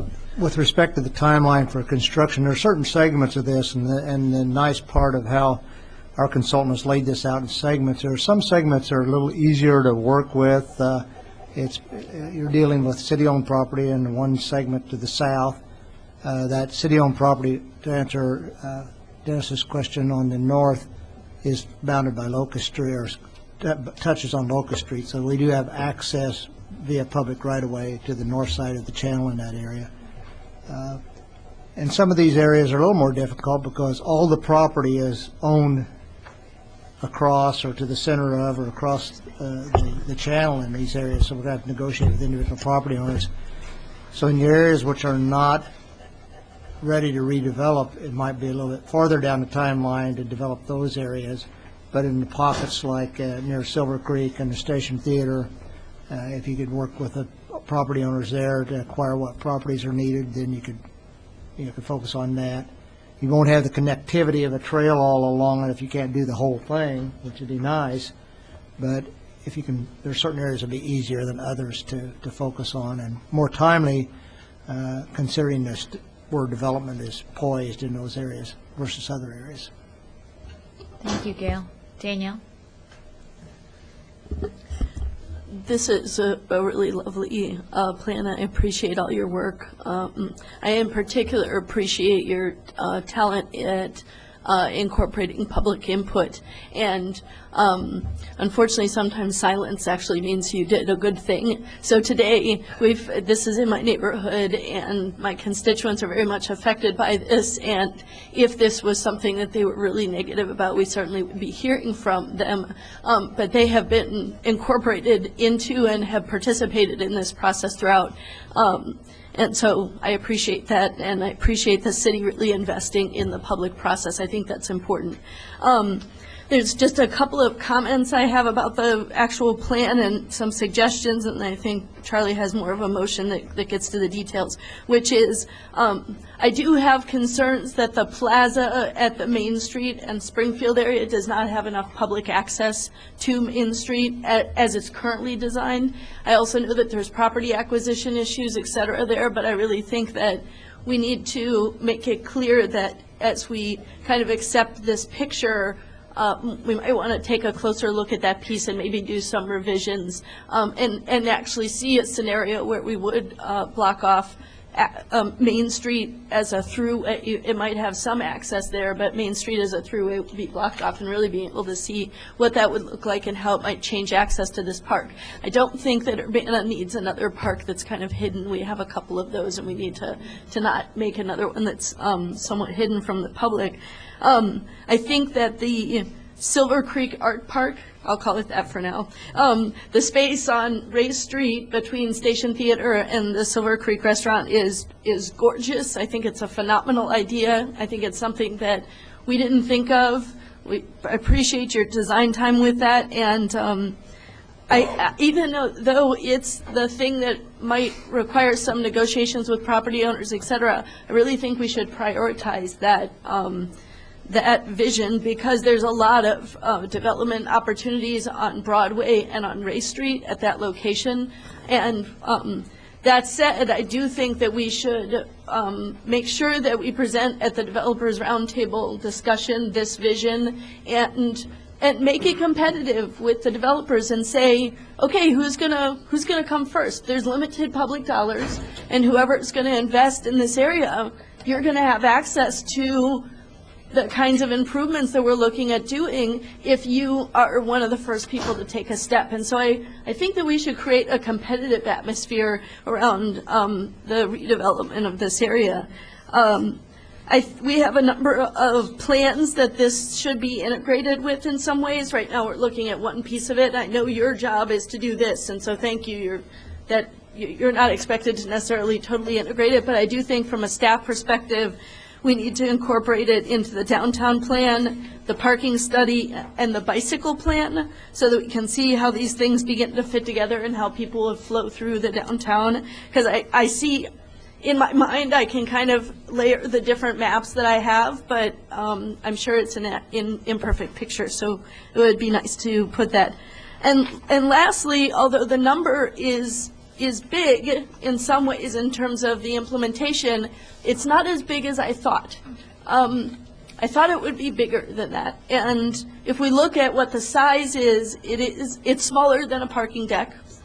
It's cheaper than the library. It's cheaper than the U of I Stadium, which is, 20 times greater than that, although that's not our specifically, we aren't stewards of that money, even though that is our money. And so I think that we should be looking at what our priorities in terms of investment in downtown is, and be discussing how we could, how we can set up a pro forma for improvements in this area that would pay itself back, and really start running the numbers in terms of, if these things developed in these areas, this is about how much tax increment we would be getting. This is how long it would take to pay off this particular area. So we can see, if we invest in this area with a bond, and the investment comes with a guarantee that these things are going to be developed, do we pay itself back in 7 years and 10 years, et cetera, so that we can see that picture. So I kind of see that as a next step too, is really us running the numbers in terms of what is feasible and how we can make this fit our financial picture. Thank you. Are there any other? Go ahead, Charlie. Well, Danielle's made most of the motion, or all the arguments for the motion, so I'm going to try to finish. Jane, could you turn to your 5 steps that you had for me, please, this slide, because I need a couple words from there. Thank you. Okay, so what I'd like to do is request that the mayor and staff work with council members that are interested to develop a task force that will reconvene basically the downtown. We'll dust off the downtown master plan to integrate into that downtown plan the Boneyard Creek master planning process, the Main Street bike and pedestrian enhancement that we're going to be talking about later this evening, the Broadway streetscape, which I think is in some stage of planning, and related developments that we've been talking about. We need to bring them all into one place, and the parking study, thank you, bring them all into one place and try to develop a master vision for downtown. And so that's a request I'm making essentially as a motion of what Danielle has already described. If that's a motion, I'll second it. Thank you. Okay, we have a motion by Charlie, and I'm not going to try to restate that. No, I will say this, I think I exchanged some email with Libby over the weekend, sort of sketching out bits and pieces of this. I think staff has probably a good idea of how to bring all this together. I'm just asking that the mayor and those council members that are interested move forward sooner than later in putting this together and putting some numbers, doing some analysis, bringing in the public, and starting the process of trying to put all these various balls, all these pieces of the puzzle that we've been talking about that are downtown into action. It is one of our city goals is to get this downtown development, but we can't do it piecemeal. We need to have a master vision. Danielle and then Brandon. I just have a question about your motion, Charlie, which is, does it include numbers, or is numbers the next step? Yeah. Okay, so we would dust off the downtown master plan, integrate these other plants into a master vision, and begin to look at the numbers in terms of if these developments happen. Right. This is how much this is going to cost. This is what kind of income will come in from these proposed developments, et cetera. Yeah, it's going to take a while to work through the different pieces. Okay. Brandon?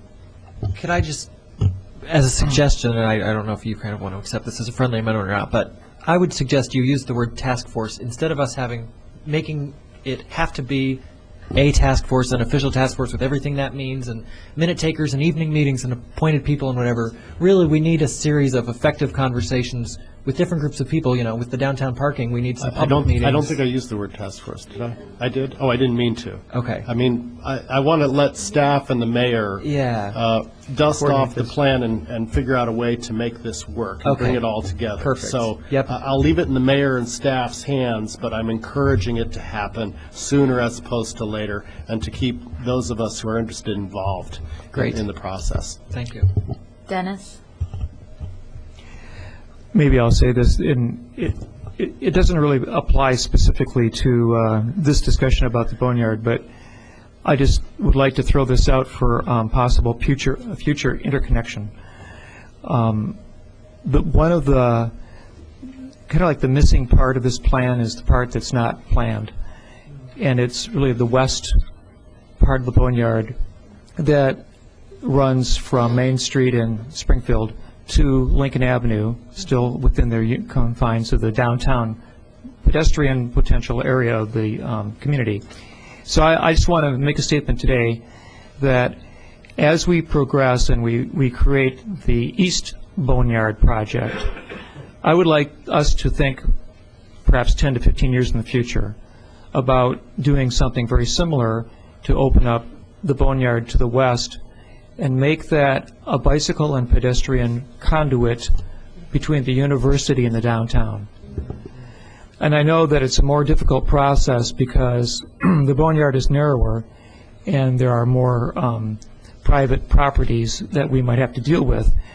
But if we're going to create a study for the easements and an easement management program, I wonder if it would be forward-looking to consider, or maybe through the experience and the knowledge we gain in building the east side, to begin to look to the west and see if we can open up a pedestrian and bicycle corridor behind the homes along the Boneyard Creek and make that one of the most beautiful ways to get into downtown that a person could have. So that's my thought. Gail, did you have? After you act on the motion, I'd like to have a couple, 3 closing statements I'd like to make. Okay. So we have a motion by Charlie and a second by Dennis. And did you have a date of when you wanted this? No. All right. All in favor of getting this into a committee sooner rather than later? Please say aye. Aye. Opposed? The motion carries. We'll see this sooner rather than later. Go ahead, Gail. First off, I'd like to thank our consultants for the fine job this evening in their presentation, and thank them for coming and joining us to do that. The full draft, or the current draft of the master plan, is on the website, on going to the main page, and there's a link to it there if you would like to take a look at it. It's many pages long, but there's a lot of very good information in there that supports the information discussed tonight. If you have comments or questions, I would like for you to forward those comments and questions either to myself or to Tom Carino, and we'll kind of be the gatherers of the questions and comments and get them back to our consultant and for response for those. Thank you very much. Thank you, Gail. Thank you.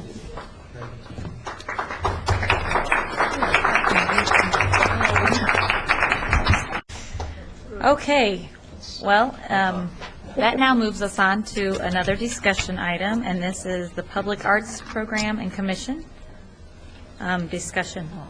And I have two people, did you? Okay. At the Times. Danielle, should I have these people come before we do the discussion or after? Okay. So we'll do the staff presentation, and then I have two people who want to speak on this topic. While we're getting this staff presentation ready, Leslie Mason doesn't want to speak, but is in opposition of the number 8 UPTV. She is at 2505 St. Andrews Road in Urbana. Is it number 9 now? Nope. On the new agenda, because we dropped one. And she's representing herself and her husband, Gary. Thank you. Are you ready, Ann? I'm ready. Okay. Thank you all for having me here. I'm Anna Hochhalter, the Public Arts Coordinator. I know most of you. This evening I'll just illustrate the context within which Urbana is situated in regards to public arts programs. So I'll be reviewing a few public arts programs from different parts of the country and also giving an overview of Urbana. I even get a little song to go with the presentation. Okay, so what are public art programs? Public art programs vary. They are municipal programs that support the arts and culture in places that are accessible to the public. These are programs that enliven public space. They typically reflect an awareness of the site, both physically and socially, and involve community process in its creation. There are more than 350 cities around the country that have public arts programs, and these are sometimes called cultural affairs, or arts and culture programming with a public art component. We're calling it the public arts program. And the definition of arts is broad and includes visual art, music, dance, theater, creative writing, etc. And typical programs that you see in public art programs include classes, special events, festivals, organizational support for grants. You see integration into the infrastructure. You commonly see artist residencies, development incentives, and more. So you can see in these images a couple examples. On the left, the Beehive Project is an example of a temporary installation, and this is through a grant program from Madison, Wisconsin, the city of Madison. They offer temporary art installations, describing them as being works of art to sprout up throughout the community and vanish, leaving residents and visitors eager to see what is next. In the middle picture, you'll see an example of integrating art into the infrastructure. So you can see landings by actual sized artworks is an example of art that is also serving as a bench. So those are public benches that are located at the University of Wisconsin-Eau Claire. On the right, you see images from Chicago, Gallery 37. This is through the City of Chicago Department of Cultural Affairs. They offer a variety of programs in dance, visual art, culinary arts, and music. So why do cities create public art programs? I have to give credit to Councilwoman Chenoweth for providing a lot of data that I used in this presentation. When you find public art, you also find vibrancy and activity. You can see on the right the Minneapolis Mosaic. It's a festival of arts celebrating cultural diversity during the summer in various locations throughout the city. This is a visual expression of cultural diversity that Minneapolis coordinates. You will see stronger sense of place and history. We have a local example with Joseph W. Royer Arts and Architecture District in Urbana. This weekend, you can find musicians as part of the Boneyard Arts Festival who will be located in a variety of buildings within this district, who will be playing music that is enlivening the historic aspects of Urbana. So the music corresponds with the kind of architecture that you see. Continuing with why other cities create public arts programs, you see more economic activity and retention of talented employees. The Illinois Arts Foundation commissioned an economic and social impact study for Champaign County in 2002, and the study found that both the indirect and direct impacts comprise the total economic impact, and that total was $33.7 million a year just in Champaign County. The Americans for the Arts recently completed the Arts and Economic Prosperity Study looking at America's nonprofit arts industry around the whole country, and they determined that the nonprofit arts and culture industry generates $166.2 billion in economic activity each year. Part of that includes event-related spending by arts audiences, not the amount of the program that they were participating in, but the related spending that they spent while they were attending this event, and that total is $103.1 billion. So it's actually more. It shows that audiences are spending more in that region, either through restaurants or parking or souvenirs, etc. You can see the image of Chicago. This is the Crown Fountain in Millennium Park. Chicago is an example of a city that's using and recognizing the arts as an attractive feature. So in Millennium Park, you see a wide variety of internationally renowned sculptors with installations, and you can see the kind of activity that they experience there. Continuing with the economic benefits, we see that the arts bring in economic development, revitalize downtowns, generation of tax revenues. Am I speaking too loudly? Okay. I forget I'm mic'd sometimes. Thanks. You see an increase in generation of tax revenues. You see increased jobs. You see creative-based economy. You see tourism. We can see in Urbana, we've seen 2 new galleries who've participated in a Gallery District Incentive Program. We've seen more downtown events, the Boneyard Arts Festival, the Sweet Corn Festival. We see more people downtown. And beyond the economic benefits, the benefits of the arts also influence better academic performance and a higher degree of literacy and student self-esteem. So a study done by the Stafford University between 1987 and 1998 showed that young people working in the arts for at least 3 hours on 3 days of each week for 1 full year demonstrated to be more than four times more likely to be recognized for academic achievement. Also, these students were elected to class office more than 3 times as often. Studies by the Americans for the Arts have shown that students who participate in the arts, both in school and after school, demonstrate improved academic performance and lower dropout rates. So these are some benefits that go beyond economic benefits. The image on the left is a city-supported program in Jasper, Kentucky, where they bring in musicians from around the country, and in this case from Mexico, who work with local schools to provide programming with those students. And on the right, we see an example here in Urbana, hosted by the Historic Preservation Art Contest. doing a high school art contest, the Historic Preservation Commission doing a high school art contest where we worked with 50 students from University High School and Urbana High School to select a historic building in Urbana and do research on that building and create an essay, and then do a visual representation of the building.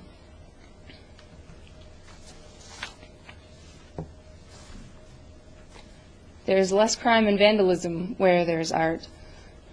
The National Crime Prevention Council states that students who participate in band, orchestra, chorus, or drama are significantly less likely than non-participants to drop out of school, be arrested, use drugs, or engage in binge drinking.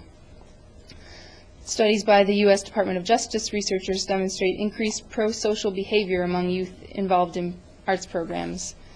And the example you see here is from the Philadelphia Mural Arts Program. This began as a city-initiated program to eradicate destructive graffiti in neighborhoods. And they have set up educational programs and apprenticeships with artists, and they have a really outstanding mural program in Philadelphia. So that's some of the context that we are situated within when we're talking about public art.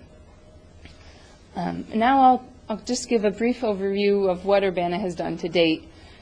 In the last 2.5 years with the Urbana Public Arts Program, you all know that it was established as a Common Council goal, it being to establish a public arts program. And in September of 2006, you hired a part-time staff person. The city has established the Gallery District Incentive Program, providing grants and rent subsidies for galleries. There are 2 galleries in Urbana currently who have participated in this program. Heartland Gallery and 14 Brushes Gallery is the newest. There's also another gallery potentially in process. And you established the Urbana Public Arts Task Force, which was composed of 15 members from around the county, and it was established to evaluate the feasibility and to recommend a program and commission. I really want to recognize the Public Arts Task Force again for dedicating a full year of time and dedication towards evaluating the feasibility of such a program and looking at a variety of municipal programs, gathering public input, and discussing recommendations. These were participants who volunteered their time. They were artists and administrators, and they dedicated a lot towards this effort. I'll just point out the public input that was collected through a variety of means. Developers Roundtable Luncheon, and then another luncheon specifically for artists and arts-related organizations. And you received the community input report previously. I'll touch on that a little bit in more detail in a minute. So continuing on with our accomplishments so far, which are significant. We should be celebrating the accomplishments that Urbana has achieved so far. I mentioned earlier the Historic Preservation Commission High School Art Contest. You can see that image of the 50 student drawings and essays that were displayed in Lincoln Square in May of 2007. We created an Arts in Urbana guide. We recognized that there were a lot of pieces of public art already located in Urbana and on the university, and that it was kind of hard to know whose piece was what and where they were. And so we created this guide which shows those locations in Urbana, and as well as provides a listing of opportunities for performers who are looking for a place to perform, or for artists looking for a place to display their work. I'll also mention that there's work in process to establish an entertainment district surrounding the Krannert Center, Performing Arts, and that would be an area between Green and Nevada and Lincoln and Matthews, which would recognize the arts and entertainment opportunities in that area. We've been working in the last several years to integrate art into infrastructure. There's a downtown newspaper rack project in process, which recognized there was an infrastructure problem with the existing newspaper racks. They continued to fall over. They were causing hazard. And so we requested proposals from artists to solve this problem, and we're working on establishing that project currently. You saw the Boneyard Creek Master Plan. Recently you saw the Philo Road Beautification Plan, and the Cunningham Avenue Beautification Plan is also an example of a planning process that has a lot of opportunity to incorporate art into the infrastructure. You have probably noticed that along Vine Street and in other areas of Urbana, there are banners which promote the arts in Urbana, saying Urbana celebrates the arts. They're currently up. And Art in the Park is an example of art in the infrastructure. It's a project that's been underway for some time on the side of the city building, and that's continuing. And the Mini Park sculptures in Mini Park. This is something that we started working on when I started working here. We've identified a few areas in the city that are owned by Urbana that would be suitable for establishing sculptures in these Mini Park areas. Partnerships have been important in our success to date. We've worked closely with the Urbana Business Association and 40 North. The Urbana Business Association does a lot with arts promotions. They have banners, they have the holiday market, the Sweet Corn Festival. They're a significant supporter of the Boneyard Arts Festival. They're supporting the Joseph Royer Arts and Architecture District self-guided tour and music this coming weekend, and they're involved with many other arts-related events. We've worked closely with 40 North, 88 West, Champaign County's Arts and Entertainment Council. There's been a city staff person working with them for quite some time. Kathy Larson, who worked in the city, was working with them before I started working with them, attending board meetings and assisting with the Programs and Services Committee as well as the Public Image Committee. And the Boneyard Arts Festival is probably the most visible example of partnerships, and we'll see we'll see the county really blossom with a lot of activities, and the city's been involved significantly with helping to organize a lot of events for that festival. So, at this point, I want to refer back to the community input report. In this report, there are many community priorities which are listed, and I want to point out that there were 115 participants who provided input on their involvement in the arts, their goals regarding the arts, barriers, and recommendations for the arts. And these were people who were in the business community or were individual artists or represented an arts organization. And I just want to point out that the most common barriers from all of those people, all of the participants, identified the barrier to achieving their goals in the arts to be funding, not so surprisingly. But it was the most common from all of the participants, all of the groups of participants. And the recommendations from these groups, from the business community, the most common recommendation was to have an art in public places program. That would be something commonly like having sculptures around the city, having arts in public places. From arts organizations, they recommended having funding for the arts, providing grants, and doing more promotion for the arts. From individual artists, the most common recommendation was to have, again, an arts in public places program.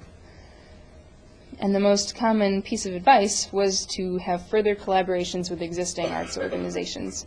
So this list of potential programs shown in front of you addresses some of these concerns and these recommendations. So some of the potential program elements would be to have the Public Arts Commission, which would set up a structure for dealing with the program. You could have public arts grants and Arts Everywhere grants. You could have the percent for art on municipal buildings, which would assist in incorporating the arts into building projects and the infrastructure. You could increase the public arts collection throughout the city. There could be more special events. There could be more installations of public art. There could be more partnerships and collaborations. And it's an exciting time to be working on this. So at this point, I'll say thank you and take any questions.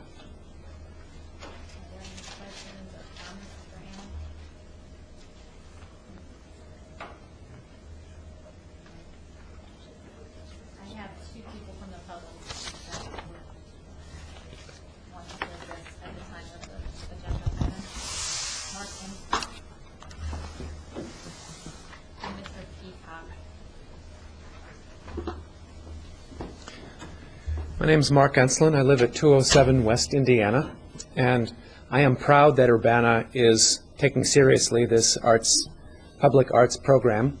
And I just wanted to emphasize something that Ms. Hochhalter just said about the task force that's been operating for a year. It was a really excellent group. They did fantastic work, and the document that they came up with has great goals and specific notions about what should go on in making such a program. There are 2 points that I'd like to emphasize about this to make sure that in case there's any temptation to skimp on these 2 points, I'd just like to emphasize that I think these are pretty important. One is, as was just mentioned, if there's going to be a program, it's got to have some funding to it. And the ideas have shown that public arts doesn't have to mean monumental. So there can be a lot of benefit that was just laid out for rather relatively small amounts of money. The idea of micro or mini grants is something that I think could really work pretty well. And the other component that I wanted to emphasize is the commission. What's usually the practice when, say, a tuba quartet finds that there's not enough music for tuba quartet, and so they want to encourage writing of pieces, they might have a contest. The quartet itself doesn't decide, oh, please send us some pieces and we'll just decide. They will set up some kind of body of jury that will accept the submissions, and they will make the choice. And they'll choose some group of people that will have some kind of expertise in evaluating this. Or likewise, if, say, there was a bilingual theater group in town, they wanted to encourage writing some plays for them to do, it would make sense to have a separate body to do this. So I just wanted to make sure that, since it seems like this commission could encourage a lot of initiative from the community, that it would be good if it wasn't on the council's shoulders to make these decisions ad hoc. The ad hoc things that have been done are really fantastic, and I just wanted to think that what would be the next sensible step would be to have that increased by having a body that would bring some expertise to bear on that.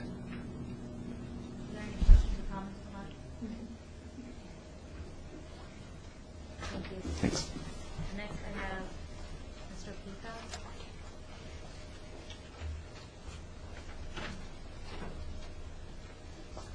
You could state your full name, address, and limit comments to 5 minutes.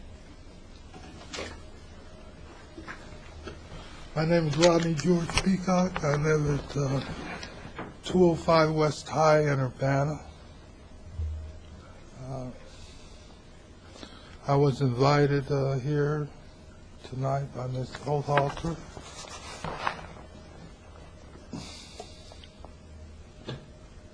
I was privy to 3 meetings of the task force, and I found that it was extremely detailed, well organized, and I agreed with the proposal was a really brilliant piece of work. I mean, I didn't really study it as well as they put the work into it. But I'm a dramatist. I'm your local dramatist. I have was born in Champaign-Urbana, and I consider myself a professional. I record in Chicago. I have since 2003 with several different instruments. And the situation with artists who are creating something new, money is always an issue. Money and time. The Noontide Trilogy took 37 years of working on it. It was finished December the 7th, 2007. It was started in 1969 in Carmel. The first drama was written in Vienna, Austria in 1993, 4 months in Vienna. The second drama was written in Champaign, and it was 2.5 years to write that, and it was finished in July of 2005. And the third drama was written in Urbana, and I don't remember how long it took to write that. But as you can see, for a long-term and it's scheduled to be performed in 2010 at the Follinger Auditorium. Projects take a long time. And Urbana has taken the right steps because most upscale communities have a public arts coordination. And I think funding for projects should be dealt with by the size of the project. I think if a person can convince you that they have the expertise to do a project and to do it well, then the funding should be there. I think encouragement to kids in high school who exhibit a lot of talent, they should be rewarded for projects that they do with mini funding.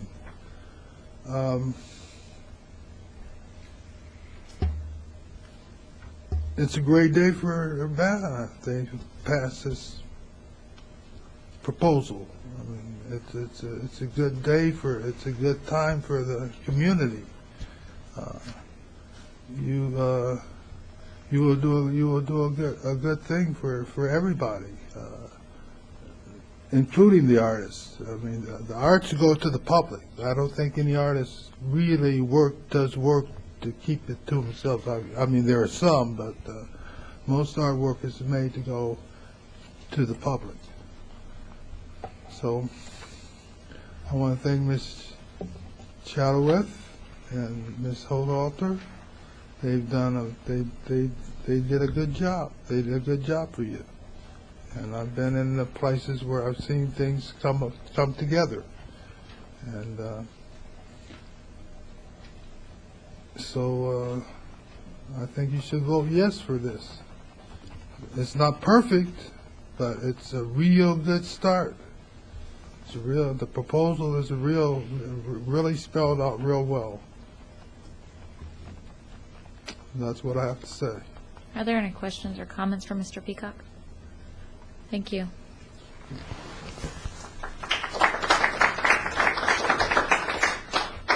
Danielle. The first item on the agenda is the public arts program, and so I'd like to make a motion so we can discuss. The motion is to accept the task force's public arts proposal.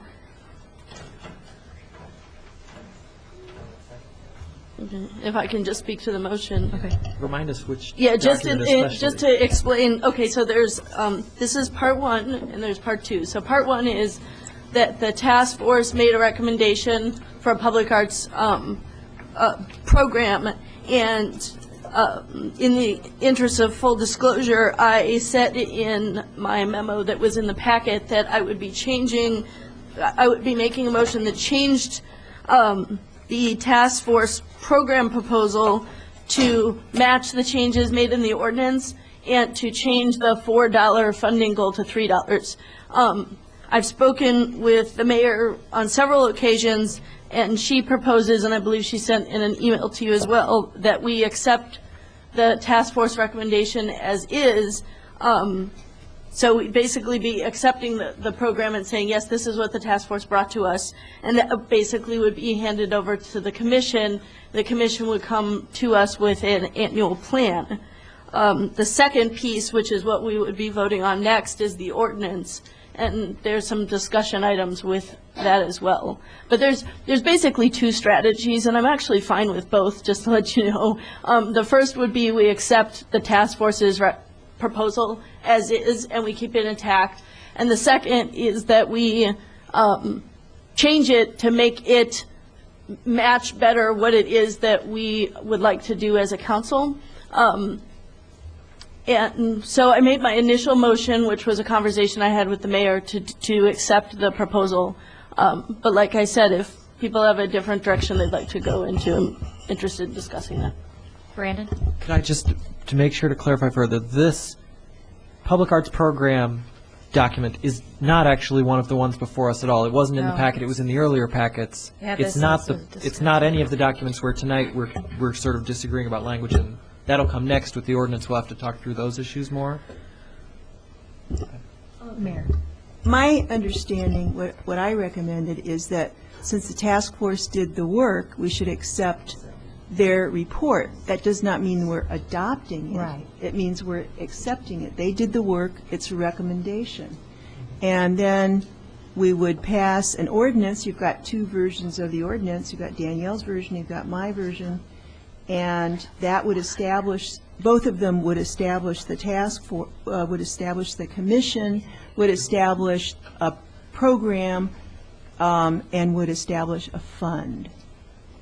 But the difference between those two we'll get to when we get to the next motion. Charlie? Is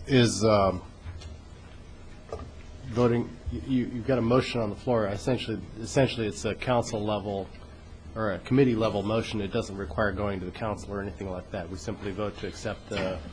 Correct. We don't need to send it to council. It's just right here, we're done with it, right? And it has no ordinance. There's no, we're simply accepting a report and we're done with it. I think it's just essentially saying we've read what the task force has brought to us, and we're going to accept what they've come up with. We essentially agree but we're going to take ordinance action actually, and the ordinance is going to be actually put into effect those parts of the task force report that we consider relevant. Is that what's? That's correct. Okay, so we need to vote on the motion that you, okay, so we have a motion by Danielle and a second by Brandon to accept what the task force brought to us. Is that correct? That's right. Okay, all those in favor? Aye. Aye. Opposed? The motion carries. Danielle? I'd like to publicly thank the Yeah. task force for all of their work. So, yes. 3 cheers, yes. Danielle. Thank you. I'd like to make a motion to pass ordinance number 2008-03-013, an ordinance establishing a public arts commission and permanent public arts program, the April 7th version that was in your packet. And if I could speak to my motion, please. Okay. Danielle and then the mayor. There's some discussion items on the table. I acknowledge that there's a version that I put in your packet. There's also a version that the mayor emailed last night, and she has put on the desk, and she can speak to that, but I just want to acknowledge that there's both motions there. The motion, here's the best way actually to view the motion that I just made. If you take the section from your packet and you turn to the pages that have color, the red and the blue color, and you start with the first page, which has April 9th on the front, I just want to walk through the pieces that have changed since the last time we moved this. So this motion that I just made is the motion that came from the March 10th, our March 10th meeting, which is what we sent here, with changes that are underlined. And the only changes that aren't underlined are formatting changes and spelling error changes, which I got rid of. But everything else is the same except for what is designated here. So this is the ordinance Correct. as written that you're asking us to vote on with your motion? Correct. This right here? Yes, the one with the colors on it. And I have a clean version that's in front of that, but just for, I think for reference, it'll be easier to walk through this one. Go ahead, Brandon. One more clarification. Could you just explain? It looks like the blue text is actually the same in what came in the packet and in the April 14th version that the mayor distributed today. So the blue text, we don't have to focus on because it's the same in both copies that we're seeing tonight. Is that correct? Like, not necessarily, no. Oh, okay. Okay. It's this has been through a lot of revisions, so let me try to explain this best I can. The red changes are changes that I've made to the initial ordinance that we got March 10th. The blue changes are changes that the mayor made that she distributed 2 weeks ago when she distributed that. Those are changes that she made to the document, and they don't embody all of the changes. They embody the changes that, some of the changes that have been made. So this ordinance was, where it came from is it came from staff. It was consented to by the task force. It was reviewed by Jack Waller. It was revised by Ron O'Neill, and it came to our March 10th meeting. The changes that are here, I don't know if the mayor had legal review. The pieces in red, we probably need to have legal review on, but everything else has had legal review. And so, just to walk through the pieces, the two whereases, the first whereas comes out of a question that I heard from council members, which is how can we tie this directly with the kinds of services we provide? So we talk about how this arts is essential to vitality of our city, bolstering quality of life, economic development, public safety, academic performance, and social tolerance, some of the things that Anna stepped us through. The second is more of a clarification, which is to add the public support and contribution for the arts. And then basically, there were a couple of wording changes that were made that are the blue things in this next, but there wasn't significant changes in the meaning of it. So if you go to the second page, if you look at the deleted section, we've deleted the part where the whereas that says that whereas the task force has recommended an annual per capita approximation of $4 as a starting benchmark. That was a compromise that came out of my conversation with the mayor. The second, as you come down under definitions, the budgeted construction cost, there was originally the recommendation from staff to the task force was $1 million. The task force made the recommendation of $500,000, thinking that $5,000 is significant to do something with. There was discussion and a compromise proposal is $750,000 as a threshold. What that means is that construction projects that the city undertakes where the construction cost is estimated at $750,000, those projects would be eligible for the Percent for Arts program to kind of kick in. So 1% of that, which is $7,500, would be available and would go into the Public Arts Fund. At the bottom, the mayor recommended a change to the mission that came from the task force, which I think is a cleaning up and a good wording. If you go to the third page, the mayor made a recommendation, this is from her last memo, that instead of 30 days, it'd be 60 days to provide her some time. At the bottom of the page, the legislative or budgetary discretion, that was a clarification that the mayor suggested to make it clear that the budget is set by council, which it is by ordinance, but that clarifies. The next page is under duties, and it makes it clear that the mayor is present for these conversations. Under 2, it just clarifies that the specific program goals for the year would be set, proposed expenditures would be set, and sources of supplemental revenue to the city's contribution. So those were some changes I made. Then under 3, just some language clarification. Actually, no, I'm sorry. There was the change was initially the task force recommended that policies be made by the task force. The mayor recommended that the policies come to council. That was a compromise, and I think it's fine. It fits the vision of what this ordinance is trying to achieve, which is that the council and the mayor play a role in the framing of the policies, and they play a role in setting the budget and approving the plan. And then the selection happens by stakeholders and experts in temporary selection committees, which gets to my next change, which is probably the biggest of the changes to, not actually to the initial document. This was the understanding of the task force, was that there'd be selection committees, but we've spelled it out more clearly in here. And then under 6, there's some changes. So under 5, it says to convene temporary selection committees to review and recommend proposals to Urbana Public Arts Program for approval by the commission. I think it was vague in the first that we were thinking the commission would be established and it would create these committees. So we clarified that. Under 6, it makes it clear, as it did in the first ordinance actually, that the commission is making the decisions. In the original ordinance that was just mentioned under administration, and here I've added it to roles. And so it says to approve selected proposals, meaning the proposals that come from the selection committee. In the case where an art piece valued at greater than $5,000 is to be permanently installed on public property, the commission shall forward approved proposals to council for confirmation. So that's instead of the initial proposal, which was that the commission makes the decisions, aesthetic decisions, within the frame that the council provides.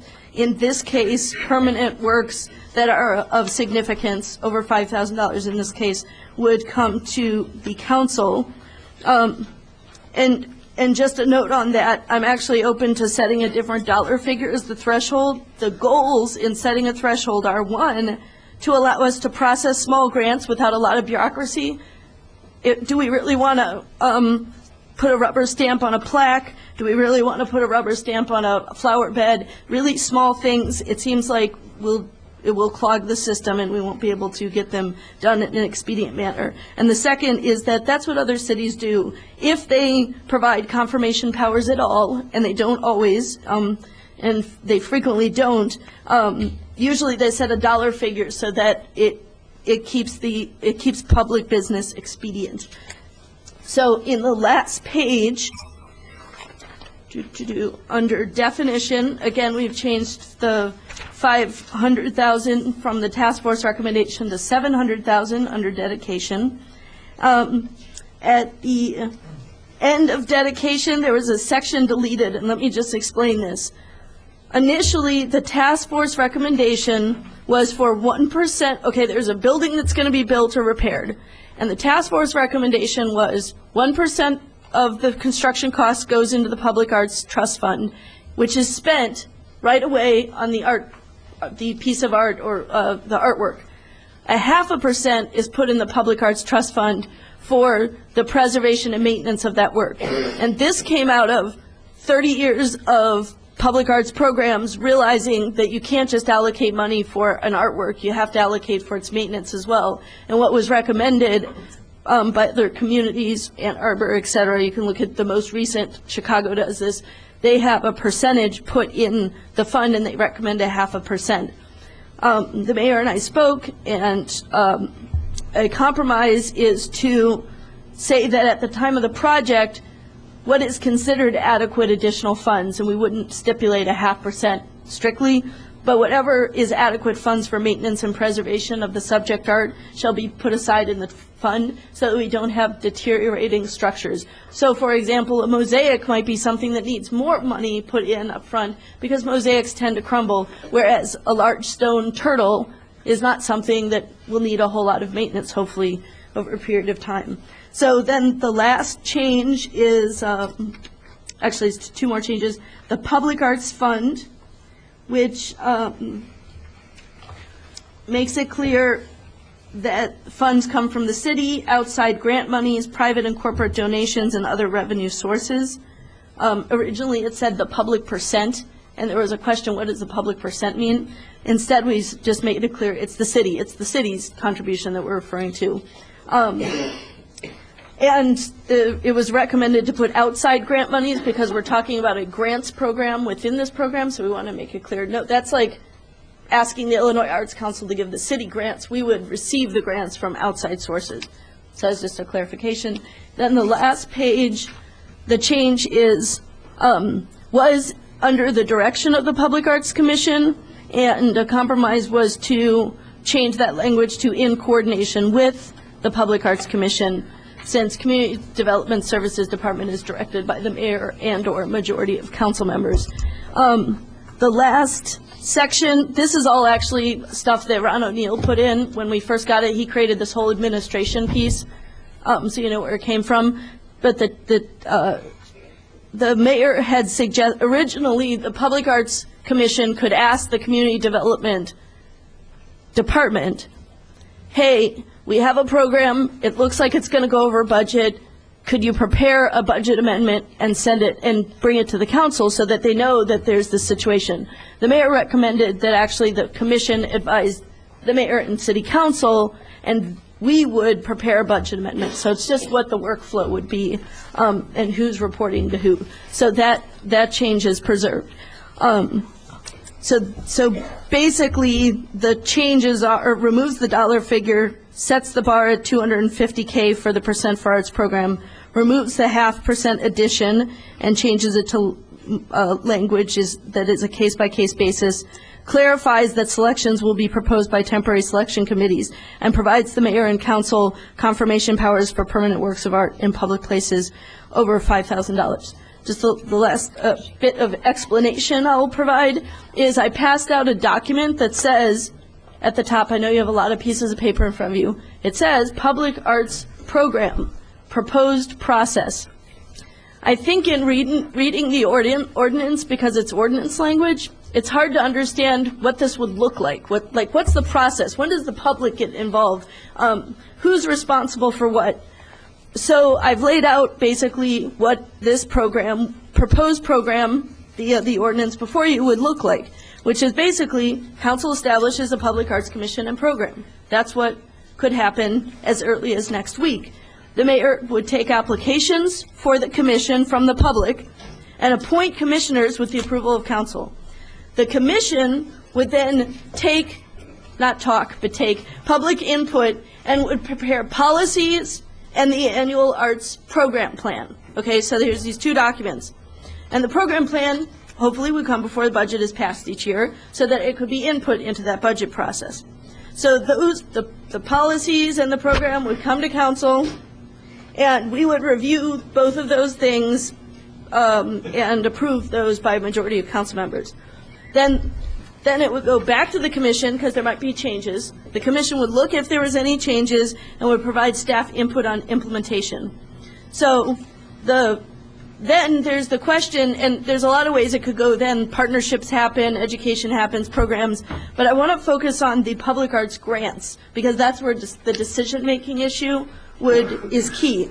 So for public arts grants, this is what it would look like. And this kind of, I'm sorry to take up this time, but it will help to frame the next discussion about decision-making if we understand what the process generally looks like. So the staff would prepare applications, requests for proposals, and/or requests for qualifications. What's the difference? The difference is applications are for straightforward grants programs. Like the Illinois Arts Council has a grants program every single year. We're talking about something very similar to that. There's a straight application. It's the same every year. People apply. We look at what are artists thinking about, what matches what we're looking for. Requests for proposals are when our arts plan has a specific idea. For example, we want 4 sculptures on Philo Road, just to take something that we talked about last week. Or we would like we would like some kind of musical venture that happens in the new park we're talking about on Ray Street. So we have a specific idea, in which case we would do a request for proposals and say, public, bring us, artists, bring us your proposals to fulfill these particular things. There's also something called a request for qualifications. That's when we're looking for an artist who can work with the city and stakeholders to develop ideas. So the Philo Road actually fits more underneath that. The request for qualifications is we want 4 sculptures. We're not really sure beyond that what we want. And so what we say is we're looking for qualified artists, and the artists propose, and then the selection committee selects an artist. The artist then goes and works with the stakeholder group, the community group, and if what they come up with is valued at greater than $5,000, it comes to the council for confirmation. If not, it wouldn't. So the commission then reviews and provides input on the distribution of the calls, meaning these are the language of the application and request for proposals and qualifications. The commission, before they're put out into the world, convenes a temporary selection committee with an eye towards inclusiveness, areas of expertise, and geographical stakeholders. So, for example, folks who live near Philo Road would be on this selection committee. The staff would then release the proposal, request for proposal or qualification, through a database that they have and information venues, and receive responses. The temporary selection committee would convene, be familiarized with the annual arts program, the criteria for selection, the policies, and they would deliberate over selection. That would be just like a jury in the courthouse, just like the Illinois Arts Council does when it every single year puts together a different jury. The Illinois Arts Council, which is appointed by the governor does not make the selections, the jury makes the selections. Just like the jury at the U of I convenes juries for its shows. So the commission would then approve the selection, basically. And if the selection is for an artist, then the commission would recommend a process for the artist to work with the public. Whenever a project for permanent work in the public right-of-way valued over $5,000 comes up, the project is sent to council for confirmation. The staff manages, and the commission will oversee that implementation process of selected proposals. And if there's any budget impacts, they'd be sent back to council to review, et cetera. And then each year, and this was part of our proposal, is there'd be forums for discussion and feedback about the program for partners in the public and artists. So if people are concerned about things that have happened and they'd like to see something different, that forum would be a great place. Then I just laid out very clearly a list of what the mayor would do, what the council would do, what the commission would do, what the staff do, and what the public would do. So I appreciate your patience and your time. That explains the changes to this. I almost cut you off. Thanks, Heather, for letting me finish. Appreciate it. Mayor. Okay, I appreciate all the work that Danielle has put into this. I do have some concerns about the draft that she's proposing. First of all, on the first page, I think it's inappropriate to list in the ordinance that creates the commission all the detailed recommendations of the task force, because that makes it look like this is an ordinance coming from the task force, and it really is an ordinance coming from the council. I'm also concerned about saying that the commission should be able to select art pieces that will be permanently installed on public property. I think the city council should approve those. I don't believe that it should be just anything over $5,000. And on the last page, I think it's inappropriate in an ordinance that creates a commission to have language about how they could revise the budget if they overspend the budget. We already have provisions for changing our budget, and I just don't think you invite people to overspend their budget in the ordinance that creates them. So my version of this is eliminates those things that I'm concerned about, and I think it's more direct. Lynn and then Charlie. Those changes seem appropriate and don't seem to take away from the intent of the task force. I think I too have a little concern about the $5,000 demarcation in terms of approval. If it's going to be on public property, I mean, I'm usually not kind of like into nitpicking, but if we're going to be spending tax dollars and they're going to be on public property, we probably should be reviewing permanent art. Charlie? I'm sort of somewhere halfway in between here now that I see both sides trying to. I think most of the mayor's concerns are correct. I'd like some of the language that Danielle has in her ordinance in a couple places. I would agree with the mayor on her very last point about the budget stuff. I think that doesn't belong in here. The detailing of the arts task force's goals, I think that doesn't need to be in here either. But I also, at the same time, don't want to have to go through the same process of I don't want to go through a lot of little Mickey Mouse projects rubber stamping them. So I'm not, if there's some way to address the mayor's concerns, I don't know, maybe it's $1,000, $2,000 or something. If there's some way so that we don't see everything that comes through here. $5,000 may be too much, but maybe it needs to be a smaller amount. So I'd be comfortable with finding some smaller number, because I think some things probably should just be handled by the commission and not come to council. But I'm not sure what exactly that might be. It may be that we need to talk about it over the next week. One way or the other, I'd like to see this go to council so that we finalize it next week once and for all. Dennis? I agree. Basically, we've seen this document a couple times, different stages, and I feel like it's becoming stronger and stronger. And as we kind of iron out some of the wrinkles, it's becoming a much more useful document to me. I had a few similar questions about the proposal as Danielle had originally proposed it.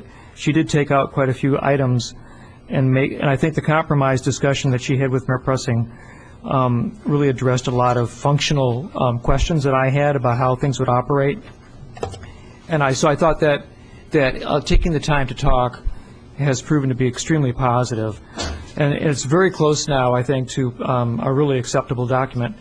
I guess that of the things that are mentioned, I think that the $5,000 breaking point between the time when the commission can act independently and the city has perhaps some say or overview responsibility is just a little too high. So I would agree with Charlie. Maybe it's $1,000, maybe it's $1,500 or something. I'm thinking about I can't remember the details exactly right now, but the calendar project that we created for the birthday celebration, the bill for printing the calendar was about, I think, $1,300. I think that was a significant enough program that it could have been could have been reviewed and received the blessing of the group here on City Council. But things that are smaller certainly can be handled by a commission. But to have partly, I think it's important for the commission to propose ideas, to let then the City Council hear what these ideas are and give feedback. And I think that's perhaps the most important aspect of this. And so the funding aspect of approval, I think the City Council should have maybe a little more leeway in that aspect of it. So perhaps $1,000 is a good compromise. In other respects, I think that the suggestions here are much more pertinent and useful to the city as a whole, because it is, after all, the city's art program. The commission is handling it for and responsible to the city, and they're an independent body. I think having an independent say in the process of selecting art is useful, but that their recommendations are recommendations and really should be seen and looked at by the city itself. Robert, Lynn, and then Brandon. Well, I had the privilege to talk to our comptroller about some of the concerns that were raised this evening, and it's more a principle rather than amounts, and in terms of dollar amounts. And I think it's a principle plus it's a logistics problem with regard to how the money is handled through the city.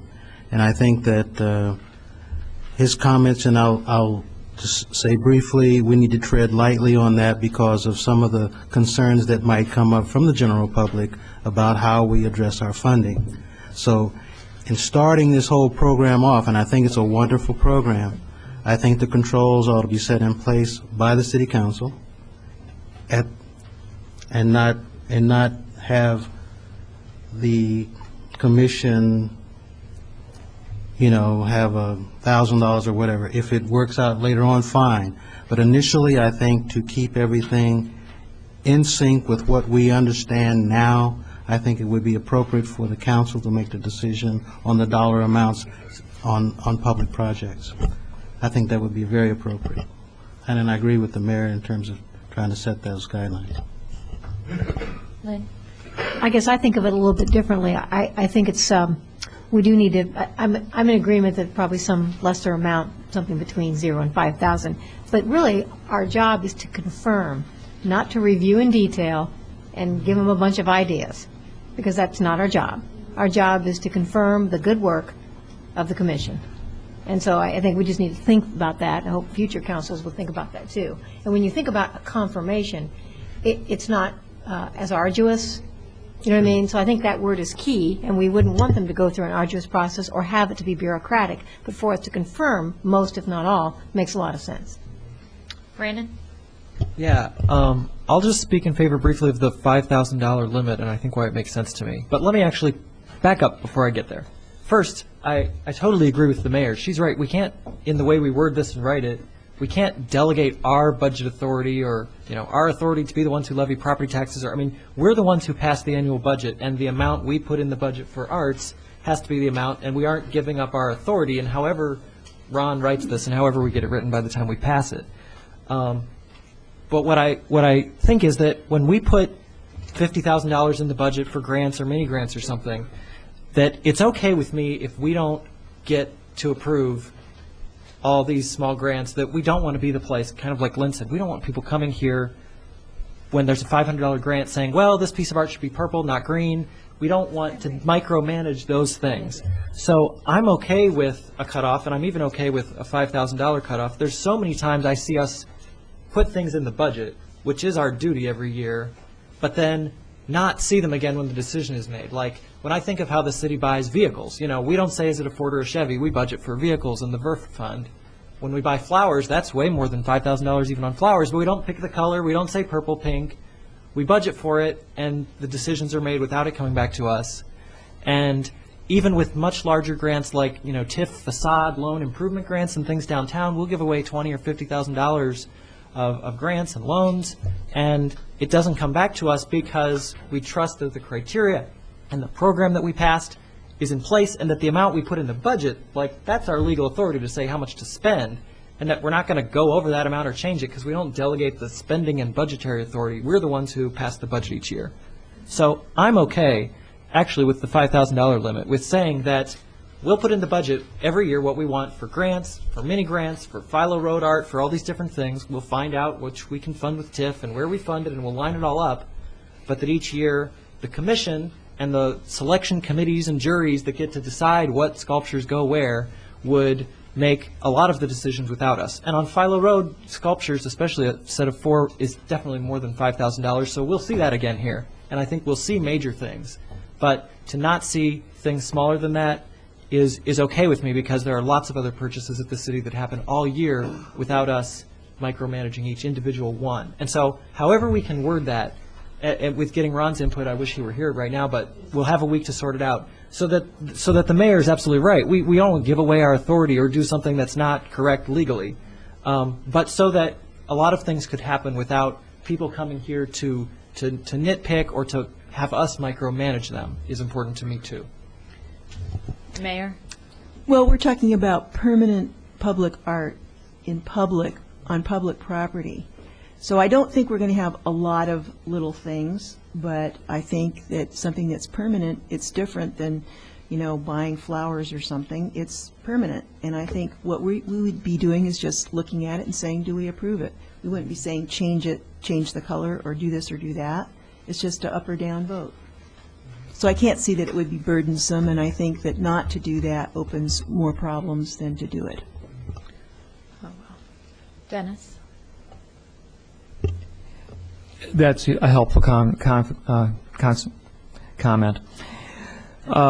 I can say that word. Also, if we say that the commission recommended that we have street concerts in the summer here in Urbana, I would want to know that that was the plan, and if it would cost $3,000 to hire 4 groups for 4 weekends, I think I'd be interested in knowing about that. I would not care what the groups played or which groups were selected.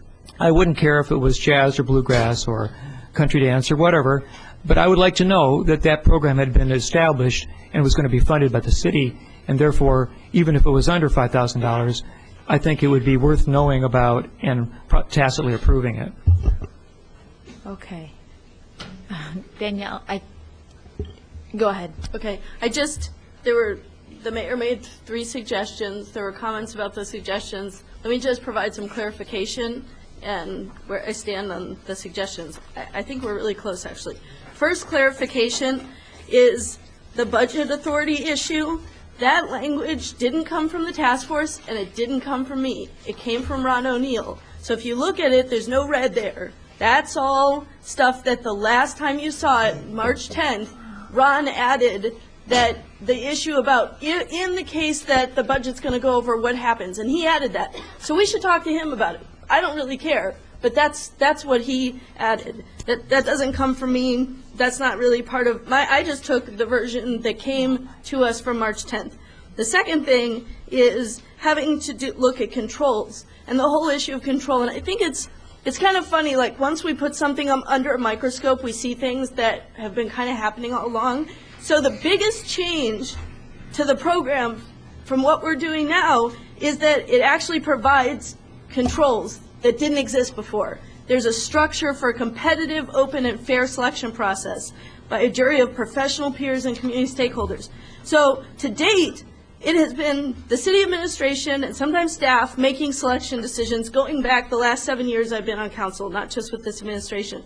There was no public, no advisory body, no council making decisions about the archway at the farmers market, $4,000 in 2003. The city installed sculpture stand and sculpture at Elm and Ray Street. The sculpture is now at Meadowbrook, but it was there. No input whatsoever from the public, from the council. Station Theater was allocated $25,000 last year. I just learned about that recently. Didn't know about it before. Never came to council. City contributed $15,000 to the clock tower. The clock didn't come to council. There's no decision. The downtown newspaper rack that we did, no review by council. The public did not have input into that. So I actually see this as we have a situation where basically the decisions are being made kind of informally. And I support a lot of decisions were being made. But it's funny that it sounds like we're putting all these controls when actually we're making a huge shift in the control mechanism by doing what it is that we're talking about doing. So, I'm fine with whatever we set that dollar figure. I just don't want to nitpick over little things. And I actually anticipate that in this community, there's going to be a lot of mini grants as well as larger scale things. And I just don't think it's the council's role. So $1,500, but we can change that number. $5,000 to me seemed very small. Like our business doesn't take jobs less than $5,000. So that seems like pennies to me. But if that's the issue, then we can change it. So that the last response has to do with the goals. If a majority of council members wish to cut the goals from the whereases, that's fine. Let me just explain to you why they're in there, and then you can make an informed decision. So the reason they're in there is because the task force spent most of its time talking about the goals. That was the mission and the goals. The mission's in the ordinance, the goals are in the whereases. The whereases make it really clear that this is what the task force laid out, not what the council laid out. And whereases typically provide a context for then the ordinance. So the context is that the task force did a bunch of work and came up with these goals, and that this is the meat of what the task force is offering. But that said, if the council would like to cut those goals out for whatever reason, that's fine, but just understand the reason that it's in there is because that's really the meat of what's coming to you from the task force. Charlie? Let me make a series of suggest a series of amendments here, one by one, and see if we can get something that we can send to council. I'd move to strike the language at the very end of the ordinance as presented by Danielle, since that's the one that's on the table, that has, in the event that a program, just strike that paragraph. I would make that motion. We need a second. Yeah, I assume Ron. No. Ron's not our budget guy. I'm your budget guy. Yeah, so here. I assume the mayor knows what this is all about, so I want to get this one out of here. Okay, let's vote on this. All those in favor? Aye. Opposed? Okay. I don't want to tackle the whereases yet. Okay, and this one we probably want to talk about. What I'd like to do is take Danielle's item number 6 under duties and replace that with the mayor's item number 5. Okay, so this one is the, to approve selected proposals, blah, blah, blah, valued at greater than 5,000, where the mayor's simply says to submit recommendations, proposals to the mayor and city council regarding the receipt, purchase, and deaccession. So it essentially takes out the word 5,000. I think that's the part here. Is it? I don't know if it's quite right here. You think it's really different? Okay. Okay. Okay. Anyway, that's my motion is to substitute the mayor's number 5 for Danielle's number 6. Second. All right, Danielle. I can explain how I see those two things as different. I think if we're going to change it, we should change the dollar figure in the version that I move forward, just because this version actually doesn't say anything about permanent works, so it sounds like all works are included, and it doesn't indicate permanent works installed on public property, whereas the issue, if it's a private property issue, there's more decision makers involved. We're really responsible for what's on public property, so I think it's important to, and the third is that the word confirmation is important. If you look at ordinances across, review is really different. So can we just change the number here instead of actually putting that in? I'd like to ask the mayor if we simply dropped any reference to amount there, since it's to approve selected proposals in the case where an art piece valued at, where an art piece is to be permanently installed on public property, the commission shall forward approved proposals. I mean, we take Danielle's number 6 and just take the valued at greater out of it. Would that be acceptable? I wrote it that way because I thought all those things on municipal property should be approved by the mayor and council. It talks about municipal property. It doesn't say public property, it says municipal property. That's our property. And then I also have, my number 6 says, I think this is critical to what this commission should be doing, to research and seek additional funding, including donations, grants, and other support to further expand public arts programs. That's Danielle's number 8. That's number 8 in Danielle's. Number 8. Okay. Well, I guess we just have different numbering. I don't have the mayor's copy.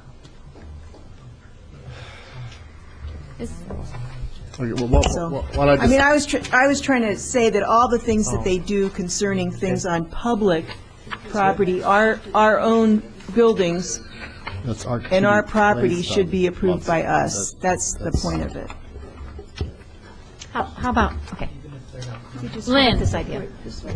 How about if we use the mayor's number 5, and instead of saying to submit recommendations, but to say submit proposals for confirmation to the mayor and to the city?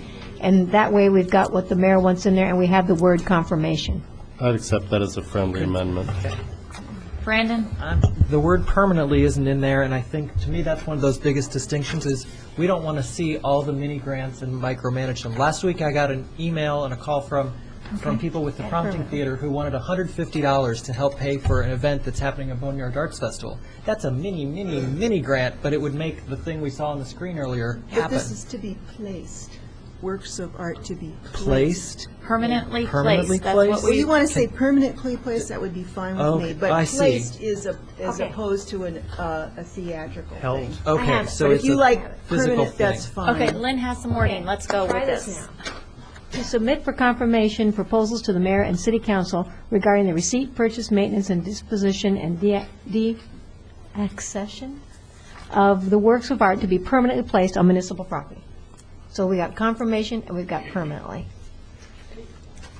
You just say that again, because I don't even have a copy of the mayor's version, so I'm looking at Charlie's version. And, I gave you a copy of yeah, I can't find it, so it got lost in the paper, so it's fine if you could just repeat it.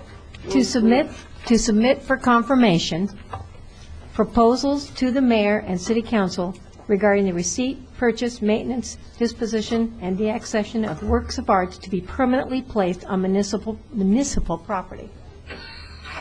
Receipt, purchase, maintenance. Oh, my. Okay, thank you. Okay, so we have a motion.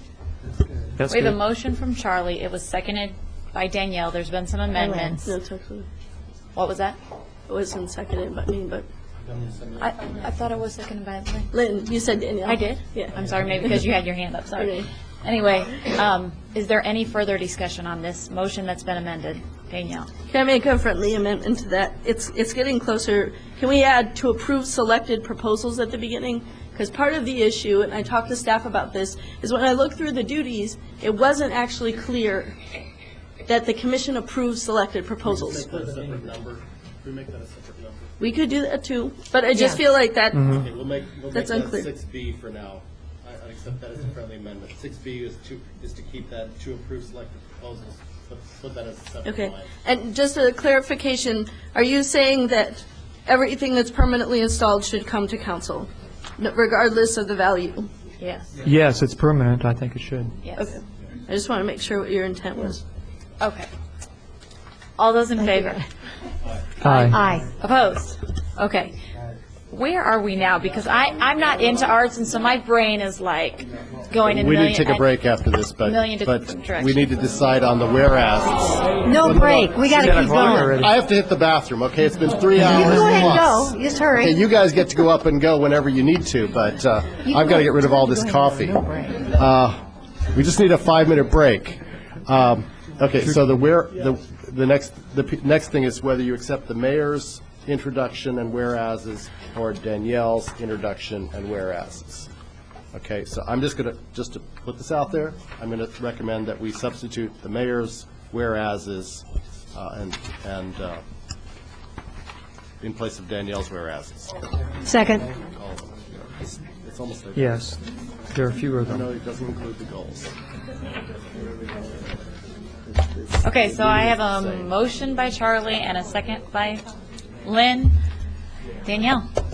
I just want to speak against it for this reason. It's fine, the goals issue, if people feel that that's too much, is fine, but I feel like the first sentence is, right now, we basically say it's essential attribute of a high-quality community. I really feel like in the conversations we've had over the last month and a half, people have wanted to know specifics, like, well, how is this specifically I'd connected to accept the that. city? I'd accept that language. So the Okay, first I'll keep that whereas. I'll keep that first one, but I'll drop the goals. And I'm good with that, too. And then the second whereas, which is recognizing the need for public support and contribution for the arts, which is, I thought that was the third one down. that's just, no, it's inserted after the mayor's whereas is here.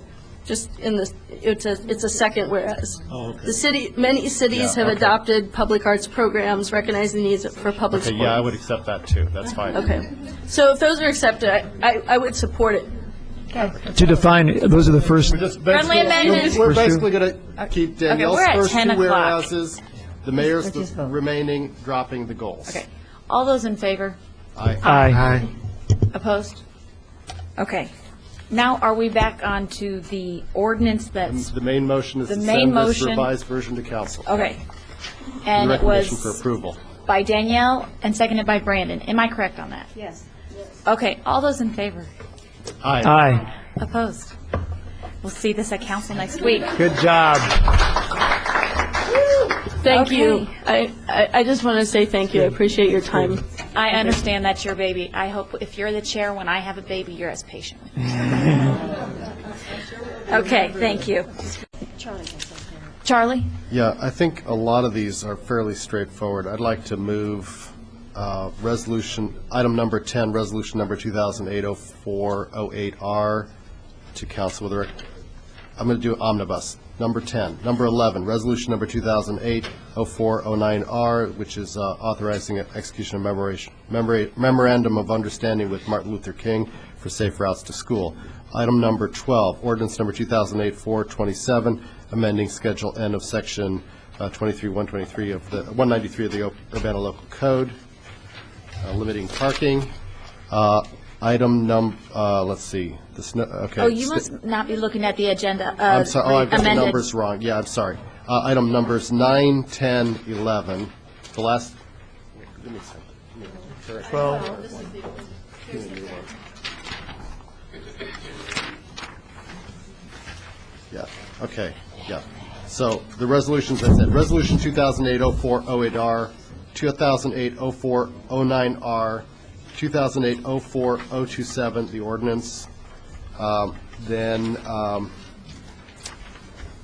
the annexation agreement for 3010 East Windsor, which is item number 13, ordinance number 2008-0425.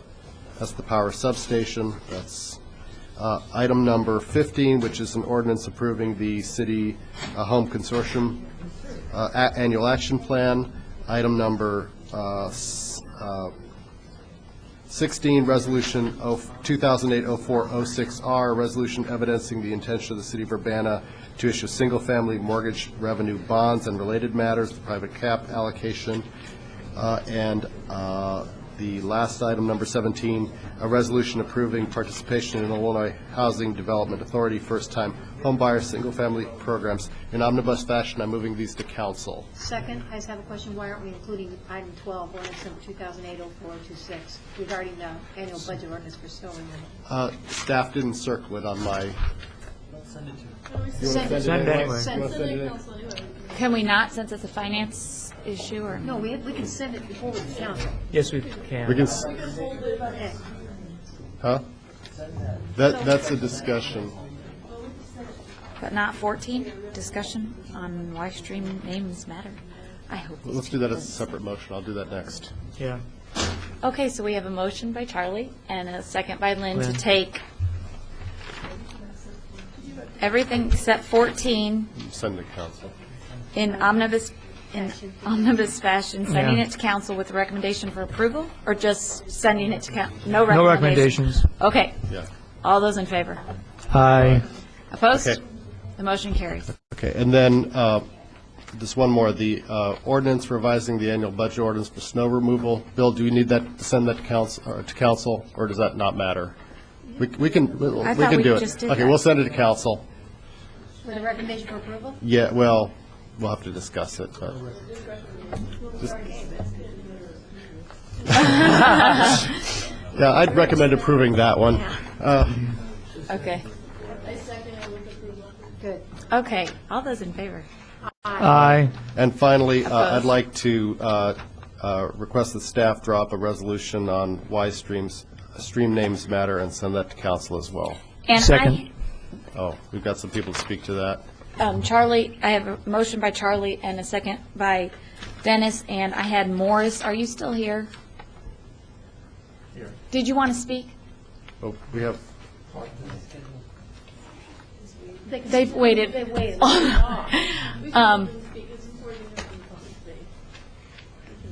Do you want to come together? Okay. Just state your name and your address. And if you can limit, I know I've given everyone else 5 minutes, but it's so late, and we haven't made a motion to add time to our meeting, so if you can limit your comments to 2 minutes. And we will that's limit great. ourselves Thank to you. 5 minutes between us. And Lynn Barnes is going to kindly keep time. Or less. Thank you. My name is Clark Bullard. I live at 509 West Washington. The U.S. Board of Geographic Names is the adjudicating agency for names on all federal maps. It has assigned official names to many streams, including the Salt Fork near St. Joseph, where conflicting names had been used previously. The board is now asking the city to comment on the proposal to end decades of confusion by assigning official names to 2 tributaries of the Salt Fork. I'm here tonight with Morris Layton, retired chief of the Illinois State Geological Survey, to ask that the city vote to endorse this proposal and to notify the appropriate state and federal officials of your action. The proposal was submitted initially to the Illinois Geographic Names Society, which unanimously endorsed the proposal to replace the existing names. That is, to use West Salt Fork for what is now called the Saline by some. That stream has been variously known as Branch of the Salt Fork, Salt Creek, West Branch, which appears on many old deeds, and various versions of Saline Ditch, Saline Branch Ditch, Saline Branch Drainage Ditch. For the other tributary, the Upper Salt Fork is proposed to replace Upper Salt Fork Ditch and 6 other names that appear on various maps and publications now in use. Both streams are highlighted on the index maps attached to the handout materials that have been circulated to the council. Omitting the word ditch from the proposed names is not meant to denigrate in any way the superb efforts of farmers and drainage districts. By deepening headwater streams to facilitate drainage, they've produced thousands of acres of highly productive farmlands. Likewise, returning to something closer to the historic names of these streams will recognize and respect the many other legitimate functions provided by these streams in addition to drainage, including water supply, recreational opportunities, fish and wildlife habitat. Yes, stream names do matter. They reflect the attitudes and the values of the local people, and they influence the way others perceive our community. Real estate developers are acutely aware of these facts. Would you rather invest in a Babbling Brook subdivision or a Black Ditch subdivision? Calling it a ditch encourages people to treat it like a ditch, while calling it a stream encourages us to respect all the functions it serves. A stream should not be named a ditch simply because it's been modified to enhance drainage. If that were the case, we should change the Mississippi River to Mississippi Ditch because it's been extensively modified to enhance navigation. Saline is a misnomer because the water is not salty. The Salt Fork is properly named for the salt springs at its mouth, about 40 miles downstream of here. More details on the reasons for the change and the federal guidelines for naming are included in the package you've received earlier. Again, we urge you to support this proposal in the strongest possible terms, and we stand ready to answer any questions you may have. Did you want to? Okay. Are there any questions or comments? I want to make a comment. Thank you so much for your patience and just that I just feel so terrible that I gave you 2 minutes and I gave everybody else 5 minutes. It's just, I'm sorry. I just appreciate your patience. Thank you very much. Thank you. That's all right. Thank you. And before we move back to the number... Well, we have a motion to, we have a... Oh, I just saw discussion, so I didn't know... Yeah, no, there was I made a motion that staff drop a resolution in support of this. Yeah. Okay. Is there a second? Second. Okay. So I have a motion by Charlie and a second by Robert. Is there any discussion? No. All those in favor? Aye. Opposed? The motion carries. And before we move back to number 8, I have... I'd like to well, first, I'd like to make a motion extending time. How many do you have left? Well, I have 6 here, and then I don't know if Bridget is still here about parking. Bridget Apika. Oh, my gosh. Yeah, I can just say 3 sentences and be done. Come on. Yeah, do it. Okay, so you want to make a motion I'd like to make the motion to extend time for 15 minutes. 15 minutes. I second that. Okay, so I have a motion by Charlie and a second by Dennis. All those in favor of 15 extra minutes? Yeah. Aye. Aye. Opposed? Okay, motion carries. Go ahead, Bridget. Bring it up. Bring it up. I'm sorry, but it will be very brief. My name is Brigitte Pika. I live on 412 West Iowa. My business is on 311 West Springfield, and I thank all the council that I was able to start that, and it's going really well. We're going to be in the Boneyard, a venue, so everything is really good. My concern was about the parking, and I've been to the Traffic Commission, and it was discussed. So to change the parking to from an unlimited to a 2-hour parking on Birch Street. I'd like to see it on Springfield, but or at least for 3 spaces, because it looks like a lot. I wonder if would a couple of meters? I know some places we put a couple of meters that say 10-minute or 15-minute. Yeah, Would that be? That would be fine. Yeah, that was something we can ask staff about. So as long as people don't park there like for 3 days on end. So that's my concern. Do you have any questions? Thank you. Nope. Thanks for being patient. Yeah, okay, thank you. Very good. Okay. Okay, we have discussion for the Urbana Public Television Public Access Policies and Procedures Manual Revisions. And I have lots of people who want to talk and have been waiting very patiently. So you can go, and then I'm going to take them as I have them in my hand, which is no specific order, except how I got them.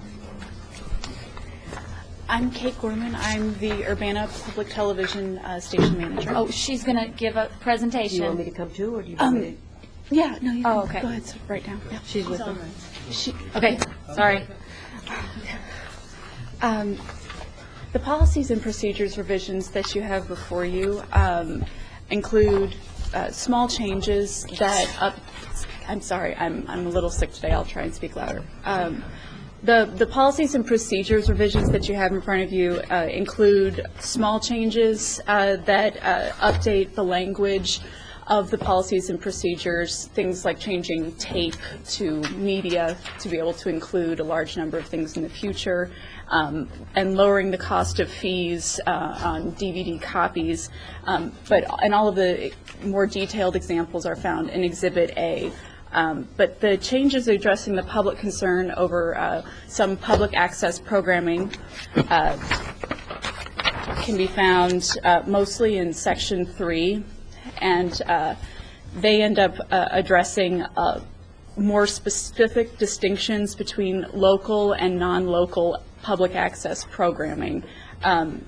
Non-local public access programming was limited to in the number of times that a single program would be able to air. A non-local series program, a single episode could only be rerun one time, so then that would mean it would show 2 times on UPTV. And then a non-local single program that was sponsored by an individual not doing a series program, that means it could be requested to be aired 4 times in 1 year.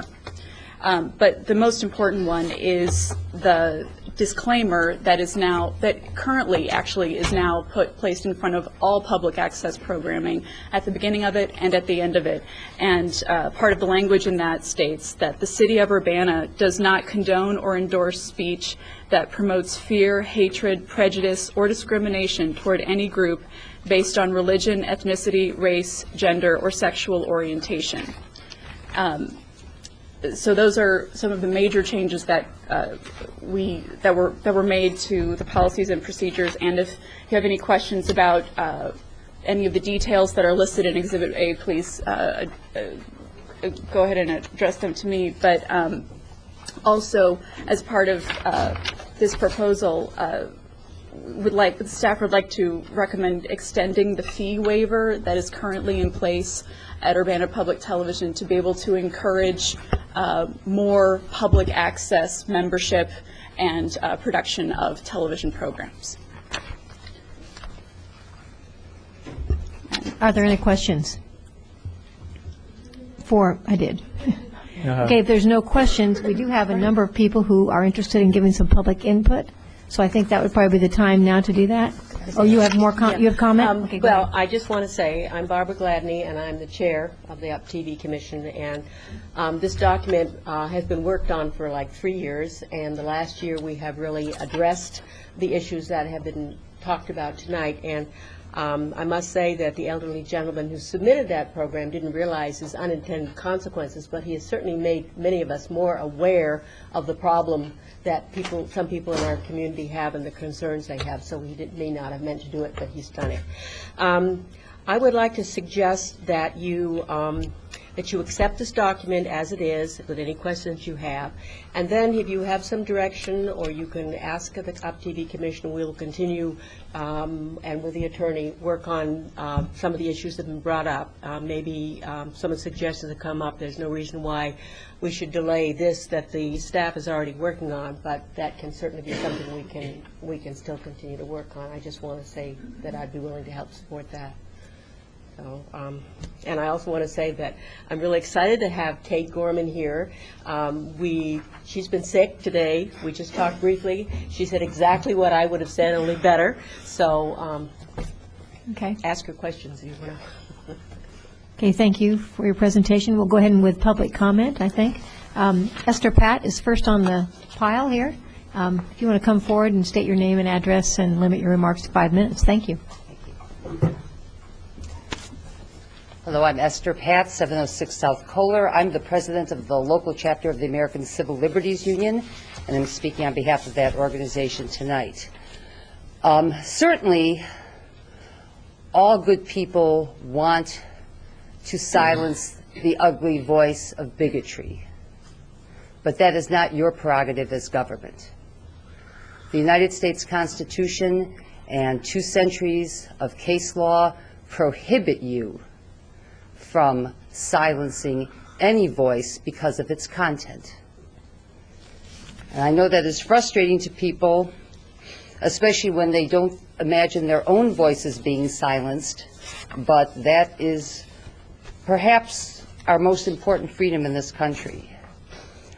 When the founders of this country decided that freedom of speech was so important that it should be included in the Bill of Rights, they were concerned not just with the tyranny of kings, but with the tyranny of city councils and legislatures and Congress, and with anyone's beliefs, whether they were their political beliefs or their religious beliefs or any idea or attitude or expression at all being subject to the mores and the norms of a community. Now, some folks have suggested, and as this discussion has been going on for the last 6 months or so, that hate speech is the equivalent of screaming fire in a crowded theater. The law says no. Some people have suggested that this program, this one program, for which we should give up all of our liberty, constitutes group defamation. The law does not recognize defamation of a group. And in fact, in yesterday's News Gazette, addressing a totally different controversy, there was a column by the legal issues of the news by Amy Gaida about group defamation, in which she cites many cases where people claimed to be a group to have been a victim of defamation, but the law does not recognize it. What I find most disturbing about this whole discussion is the suggestion that you eliminate public access programming. Talk about giving the hate mongers power. That's the best way to do it. Give Tim Brumlevy and all the Nazis and KKK the power to just eliminate information, education. I don't see how that strikes a blow against anti-Semitism. The anti-Semitism will continue. All the hate stuff on the internet and in the mail and everywhere other than on UPTV will continue. All we will have done is suffered a tremendous loss in our community of information. But also, you can't do it. Courts have repeatedly stopped government from shutting down an entire public access cable channel because of the government's disagreement with the viewpoint of a particular program on that channel. The case of KKK versus Kansas City, 1989. Britain versus Erie, 1995. I believe strongly that it is good that the courts have ruled this way. Hate, racism, sexism, anti-Semitism are evils in our society, and it is the responsibility of all of us as individuals to fight against those in every way we can. But abridging First Amendment freedom is not the way to do it, and thank God it is not within your power. Thank you.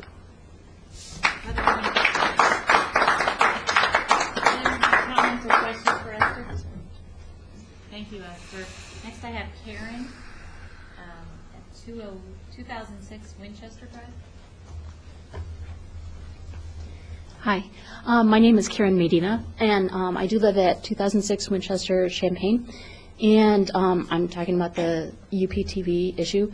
I strongly support freedom of speech, and but the issue that I want to talk about tonight is the possibility of considering demand for a show. I just throwing out an idea, maybe after 3 months of a show being on, if the person who recommended that the show be on were to provide some sort of proof that there is demand for it in the community, then they could renew it after 3 months, and that type of proof would be like, something minimal, say like 15 signatures that were notarized, something like that. And so I just want to throw that out. I am not representing anybody. I'm just representing my own thoughts on the issue right now. Thanks. Are there any questions or comments? Sorry. Thank you very much. Next I have Lee. Okay. State your name, address, and limit your comments to 5 minutes. My name is Lee Melhado. I live at 612 West Ohio in Urbana, and I'm also Executive Director of Champaign-Urbana Jewish Federation. I'm also strongly in favor of free speech. I'm not here to advocate any censorship, but I am here to advocate removing third-party programming. The repeated statement that in this forum, that is, I don't mean this room, I mean third-party programming on public access channel, that the answer to hate speech is more speech, is the equivalent of saying that it's okay to have public schools that are separate but equal. It is not a level playing field. Tim Brumleve can get whatever he wants, and he does get whatever he wants from the David Duke website, and they are happy to promulgate this on whatever he wants to show it on. They give him copyright permission, and he doesn't have to pay a cent. But I've been trying for 3 years to get counter-programming, and I'll tell you that it costs anywhere between $100 and $1,000 per DVD, and that almost all of the producers of this will not provide permission for broadcast. If they provide permission at all, it is for a single showing, and generally they will provide permission only for showing in educational settings or in synagogues and churches, not on the air.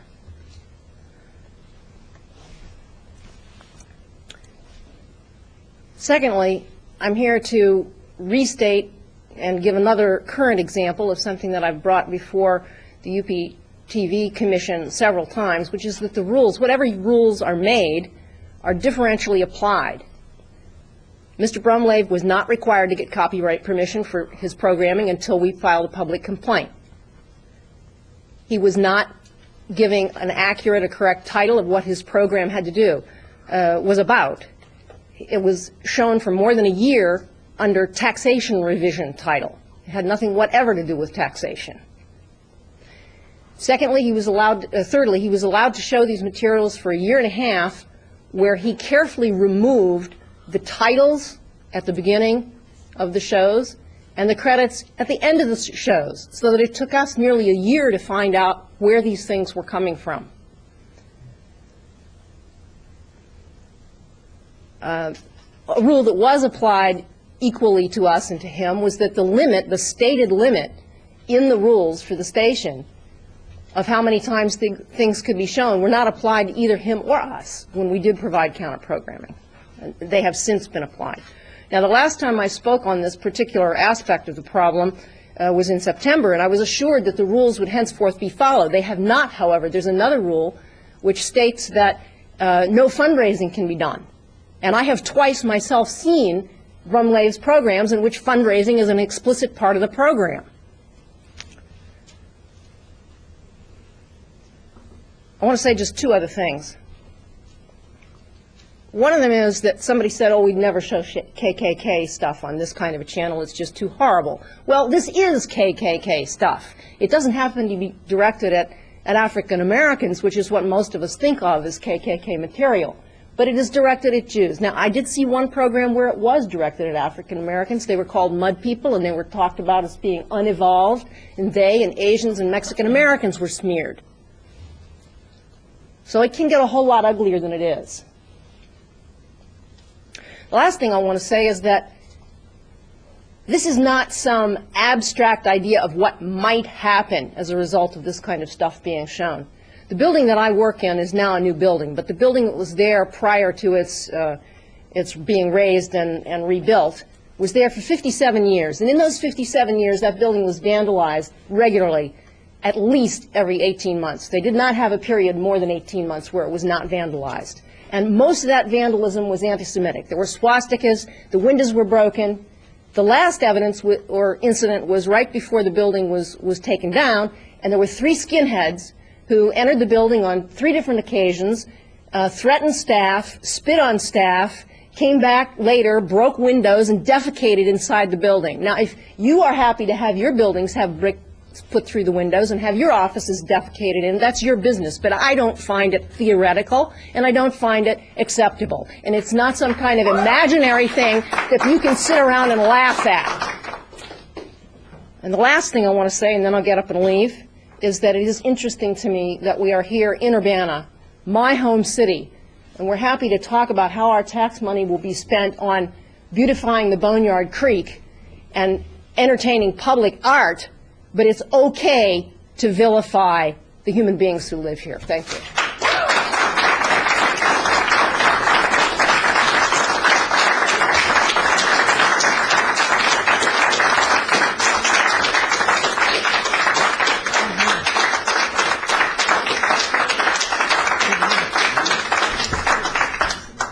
I have Shirley Stillinger.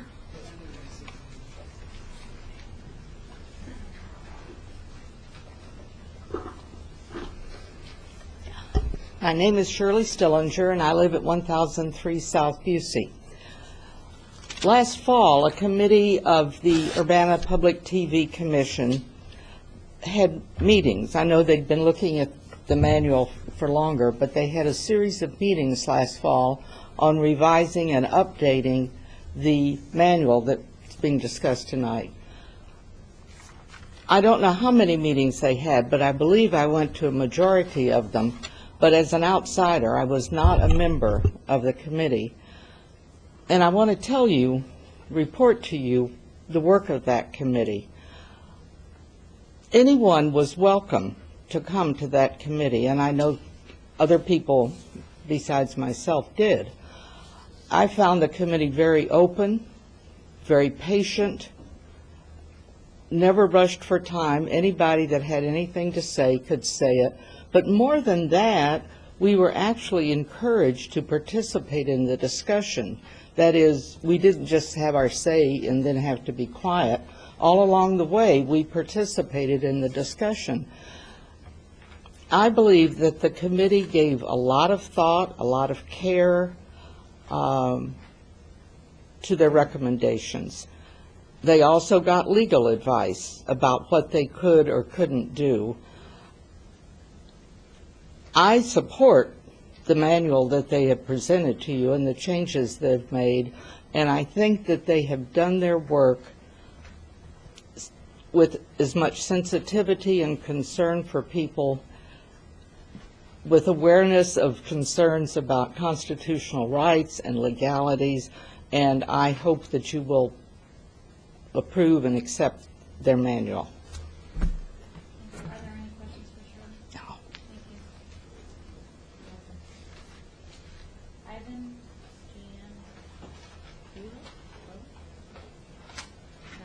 Hold on, sorry. Sorry.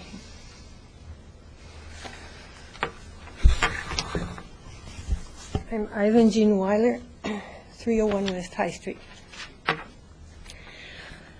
I'm quite ashamed. My tax dollars are being used for hate speech, and I don't think that's right. When I went to school, I was taught that my freedom to swing my arms ends where somebody else's chin starts. What I see here is that we have defamatory, we have hate speech. It's on public supported television.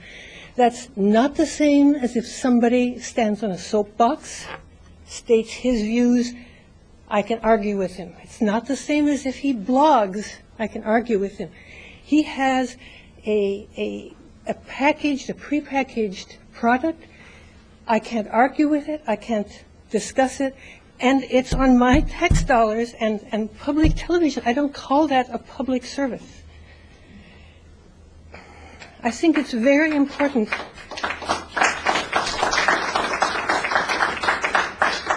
We've spent the whole evening talking about the beautification of the boneyard. Well, that's very good, but I think civility of public discourse is also part of the aesthetics, part of the hygiene of public life.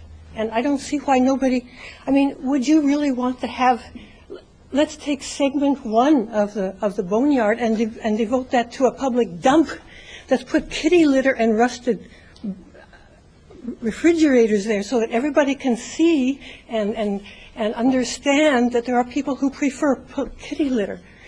I don't think anybody wants to do that either. And so I just want to make a plea for the fact that other cities, as we've heard this evening, have made laws, rules, limits. They've set limits to the kinds of things that can be shown. I suggest we investigate what those cities have used and not just let ourselves be intimidated by people that say they know the law.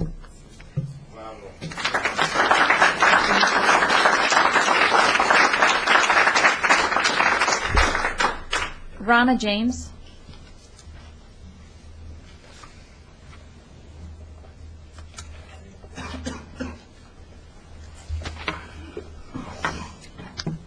Ronna James, 410 Buena Vista Drive, Champaign.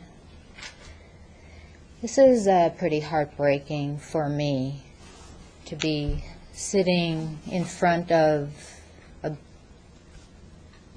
majority of Democrats, and I feel like I'm going to have to speak like I did back in the 60s when we had right-wing, narrow-minded, all Republicans.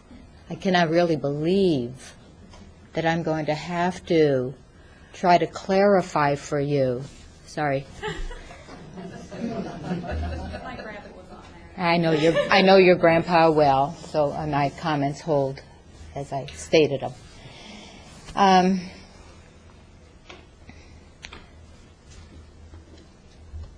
It has occurred to me that no matter how impassioned and eloquent the voices of the Jewish people have been in front of this body so far, you've really not been able to hear and comprehend what they're saying. Dennis Roberts, in his remarks to Judy, Judy Checker, was right exactly like the point I want to make. She was describing that program was on, she was looking at it, and Mr. Roberts said, "You could just turn it off." And she said, I couldn't turn it off. And he said, "Oh, yeah, you could just turn it off." Well, I understood what she was talking about, but the worldview that most of you wake up and go to sleep in, you don't get what she was saying. There's a whole bunch of people here that did get it. We get it. So a number of months ago, when I couldn't fall asleep and I turned on the TV and was anxious to turn on Channel 6, this horror of an excuse for a human being, this racist ignoramus, was speaking this horrible stuff about me. Now, there are two people on this council that I love dearly. I not only love them, but more importantly, I trust that had they been sitting there with me on the couch when I turned on that program, they would have been appalled for me, for themselves, they would have, I know they would have died inside, like I do when something hits one of them. Your city attorney in the paper apparently viewed this program, and he said that sometimes we just have to put up with programs being obnoxious. I'm thinking, was I sitting there and listening to this moron and thinking, oh, what an obnoxious program? No. What I was hearing, I wasn't hearing from my mind. I was like Judy. I wasn't hearing it that way. I was hearing it in my blood, in my gut, in my soul, in my heart. And it hurt. But you know what? That idiot doesn't make me hurt. He doesn't understand anything. What makes me hurt is that I have to explain it to people that I love. You are trying to think in terms of free speech. Number one, please don't patronize me and others to think you're going to tell us something about free speech. We get free speech. We love free speech. We are impassioned about free speech. We are talking about something that is not free speech. This is hate speech. It is not something. Now, here's where your city attorney came up with a true thing. He said, defining hate speech is a difficulty. Absolutely. You can't define it. You've got to feel it. You've got to live it. You've got to get it. You can't talk about it. You can't have this guy on and then us come and try to have some counter debate about what are we going to debate? Our right to be a Jew or our right to be a human or what exactly do you want us to debate?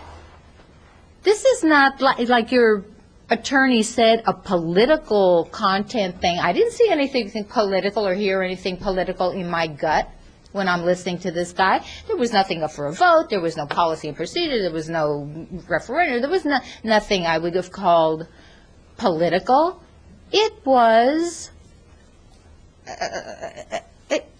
personal. It was personal.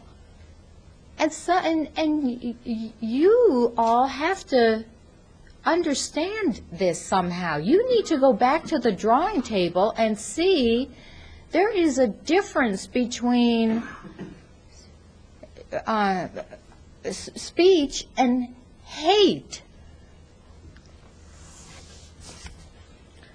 You have this revision of your manual. The city of Urbana does not condone or endorse speech that promotes fear, hatred, prejudice, or discrimination toward any group based on religion, ethnicity, race, gender, or sexual orientation. Well, you know what? I hate to differ with you. Unless you have some action behind words, this is not worth the paper it's written on.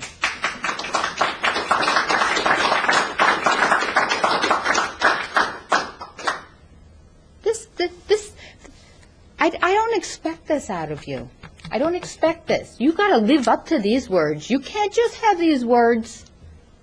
That's not okay.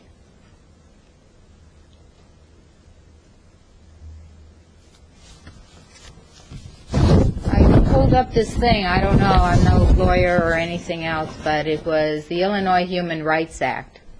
Illinois law provides for criminal and civil penalties against an individual or individuals who injure emotionally another person or persons because of such person's religion or ancestry. Apparently, there is some sort of guidelines, different than what Esther Pat was talking about, apparently, I guess. I don't know.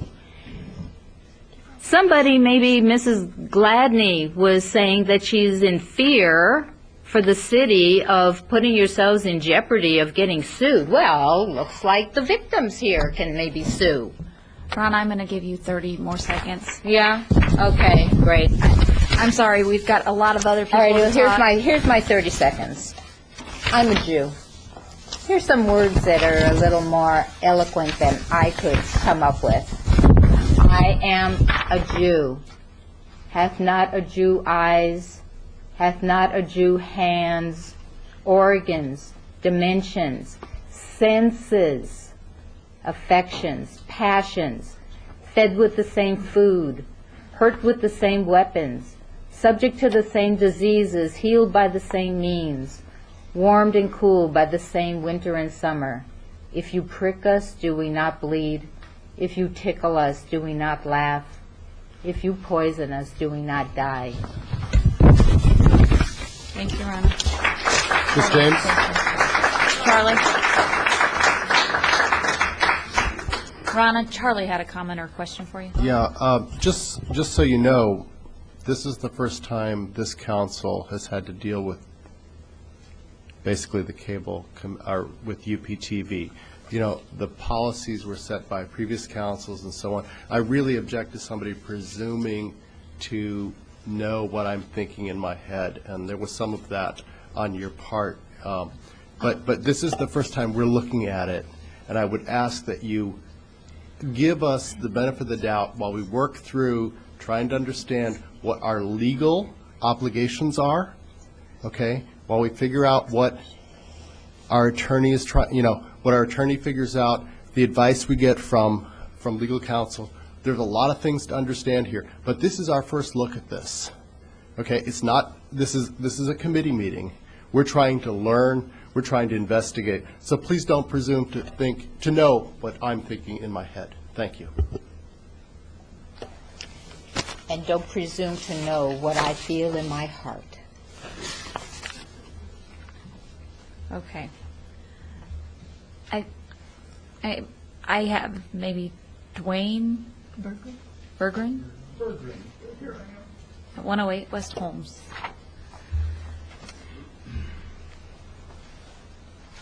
Well, I should say I'm a Roman Catholic, for whatever point. And I want to say to everybody, and Charlie, I don't know what's in your head or anyone else's head. You catch that 11 o'clock on Tuesday program at the right time and you're offended. If you've got a brain in your head, a nerve in your body, you're offended.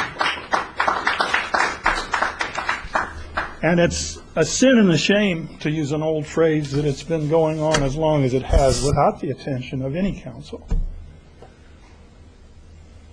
You have the power to intervene in your task forces, committees, and so on. But I'm speaking as an Urbana resident, as I said, a Roman Catholic, just to make the record clear that there are other people who object strenuously to this kind of hate-mongering.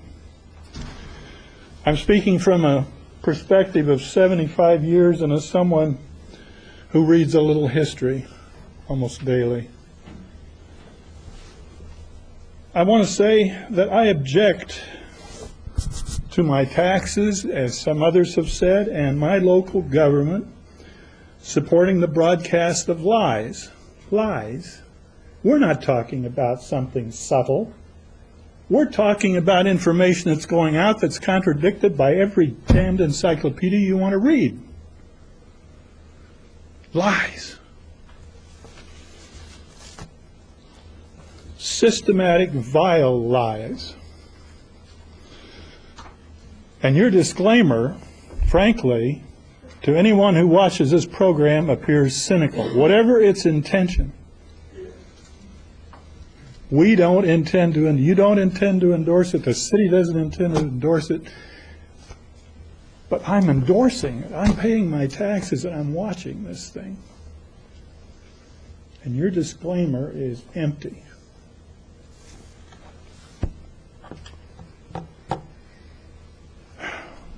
I object to my taxes and my local government supporting the broadcast of programming that purposefully excites divisions between us and misunderstandings and hatred. Do I have to read that again? I also object, and most strenuously object, to the idea that we are powerless to regulate hate speech. That we are powerless to regulate deliberate falsification. This is a good bit like arguing that teachers lack the means and the structures to regulate the ordinary give and take in classrooms and the substance of what is taught and spoken in their classrooms. This is tantamount to saying that our police and ordinary citizens lack the power to regulate public behavior, such as inflammatory or disorderly speech in our neighborhoods. Had a loon yelling obscenities on your street corner lately and wondered what to do about it? Have some anxieties about interfering with the poor guy's freedom of speech? I don't think so. What the uncivil libertarians are arguing is that our public bodies, the councils, lack powers to maintain a reasonable level of order and civil discourse in their gatherings and meetings. I hope I'm maintaining a reasonable level of civil discourse. That's my intention. So you can understand that I absolutely reject the idea that our American society is powerless to inhibit, oppose, and in any way inconvenience the lies of the ill-intentioned or the hostile deranged or the maliciously obsessed. I don't know if that fits anyone you know. I've met him on our Urbana public television station. It is certainly naive and mistaken to think that everything the council can do to maintain truthful and civil discourse in its chambers and in the Urbana public television programming is certain to be censorship. I am so tired of that trite phrase being trotted out on every possible occasion that you say, could we lower our voices? Could we keep discourse to things that are factual? Oh no, that would be censorship. I don't know if you remember, about 10 years ago we had some evangelists, Christian evangelists, working the campus. You'd go down in the mall for lunch and there'd be somebody preaching. One was a burly, red-faced 50s, 60s guy. I stood for about 10 minutes and listened to this guy preach on the patio about homosexuals. He was against them. In fact, he was using the word they ought to be killed, murdered. And so I finally stood in the circle and I objected. I said, you're preaching murder. That's wrong. Words to that effect. And some little sophomore twit accosted me and said, he's got freedom of speech. My next step would have been to call a cop. Except the guy slunk off. The preacher, not the twit.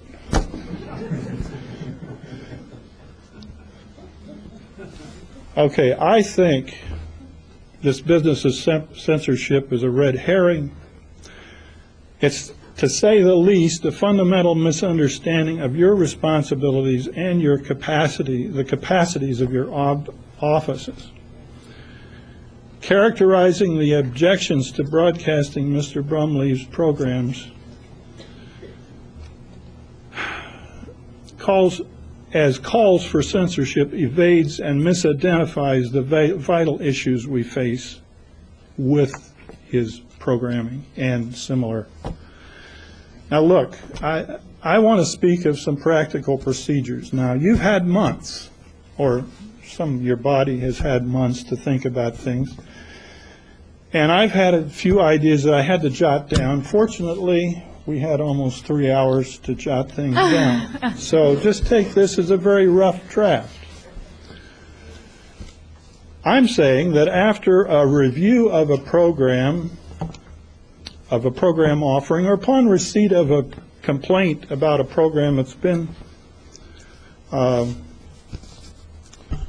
played, that there ought to, that a review of the program could identify the substantial offenses, if any, against truth or public good or civil discourse.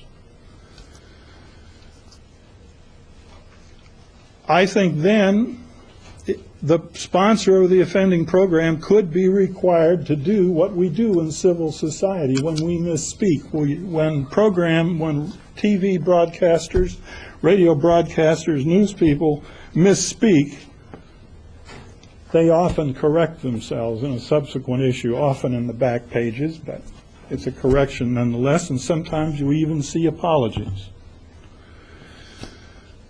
The sponsor of the offending program should be required to retract and apologize for the offending matter and should bear all costs, including staff costs. And if the video is to be cured by cutting out some part that is malicious, offensive, and what have you, fine. No subsequent programs of the offending sponsor should be broadcast until her retraction is broadcast, and repeated offenses after a certain number would simply suspend this offending sponsor from broadcasting for a definite time. Now, that's not censorship. That's a kind of requirement of civility and reason. And I'm just as happy to have Mr. Brumley broadcasting for us. And if he wants to appear personally, that's great. Are there any questions or comments? Go ahead, Dennis.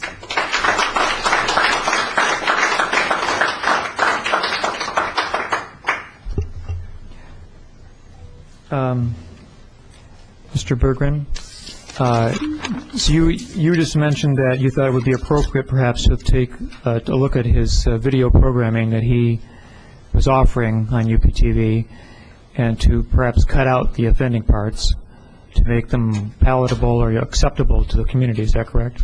Oh, that's just the first draft, but that's essentially what I said. Okay. All right. But you wouldn't call that censorship?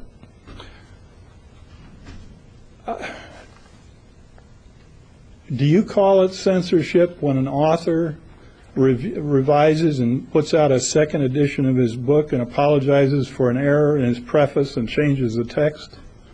And this is all done with the consent of the programmer, of the program sponsor. If the program sponsor doesn't want to consent to this process of discovering the truth and apologizing for error, fine, he doesn't get to broadcast. Oh, so you're deciding what's an error also? Oh, do you think there was no Holocaust? I'm just asking a question about whether you would eliminate a section of a tape because it was offensive. That you would cut it out. You would cut it out. If it was an error and if it was hateful. And I'll let Mr. Brumley and his lawyers argue with the committee decision. This is the point that's so gutless about the legal approach the city has so far taken to this. Oh, we can't do anything. We're apprehensive that we're going to be sued. Let him sue. Okay. Let him do what an American citizen can do. Appeal in court. Okay. Thank you very much. David, next I have David Berg.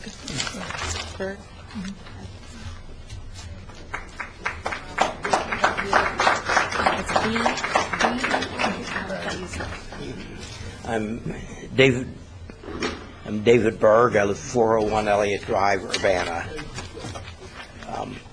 There's a school of thought to which UPTV apparently adheres that believes that the proper refutation of speech is speech.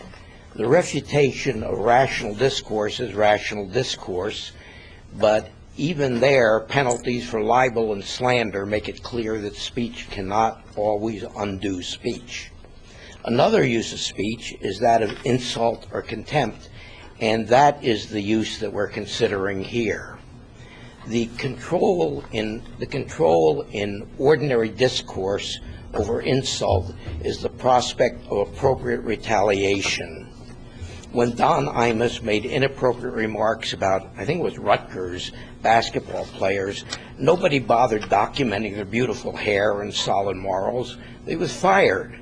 The Constitution did not prevent this, apparently. This is possible for a commercial station. A governmental operation is more insulated. The suggestion that the response to anti-Semitic programming should be counter-programming sounds reasonable, but historically it does not work. The blood libel, the protocols, they've been refuted thoroughly, but they're still around and still useful. And some of these new lies that I've heard on Brumlev's broadcast, I don't know how long it will take to settle them, if they ever will be. It's much easier to make up a lie than it is to refute it. Now, I must respect the Urbana's opinion that somehow UPTV has managed to set itself up in public access in such a way that it cannot boot this Jew-hating nonsense. So there is a solution, and that is scrub public access as it is and reorganize it so as to allow just plain announcements as the unsolicited contributions to the general public. I'll also add, I've heard a lot of other reasonable suggestions here as to what's to be done that is less extreme than that. But if that's what's necessary, do it. The disclaimer is absolutely useless and is just adds credibility to something which is obviously in defiance of what the disclaimer says.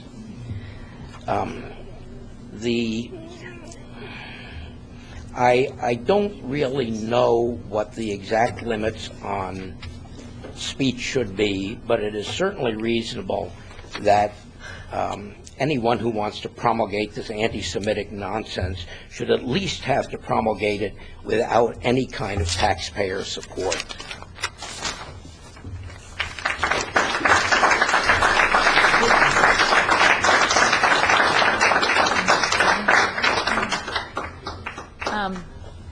We're looking at 10:45. I have about 6 more people to talk on this topic and 10 more agenda items. So I'm going to need a motion to add time to this meeting. I don't think.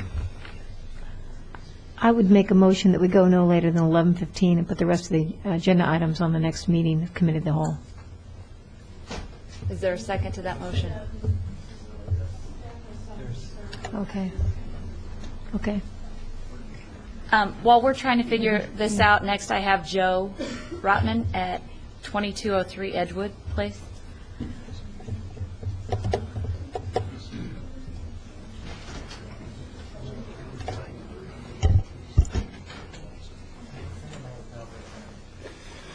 My name is Joe Rotman. I live at 2203 Edgewater Place in Champaign. Much of what I wanted to say has already been said, so I will be very brief. I stumbled across this program about 6 months ago as I was surfing, and I was appalled by what I saw. I couldn't believe it. I felt as an animal must feel when he's staring at a rattlesnake face to face. This guy wants to murder me, and you guys say you can't do anything about it.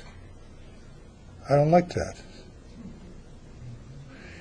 It's the question of free speech.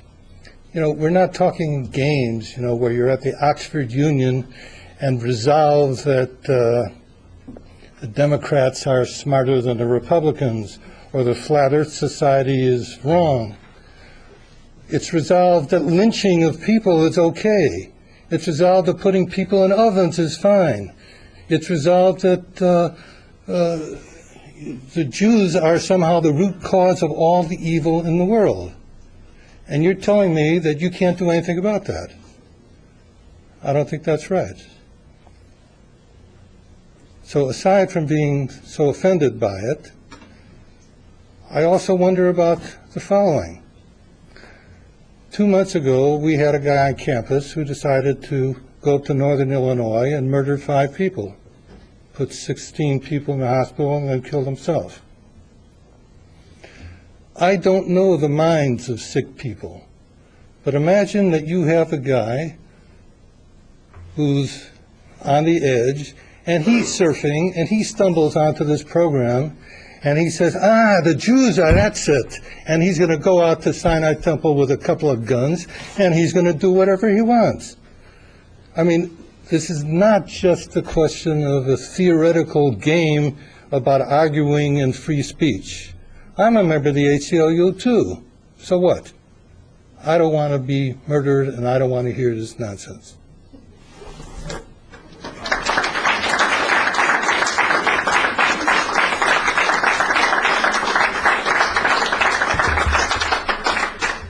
Okay.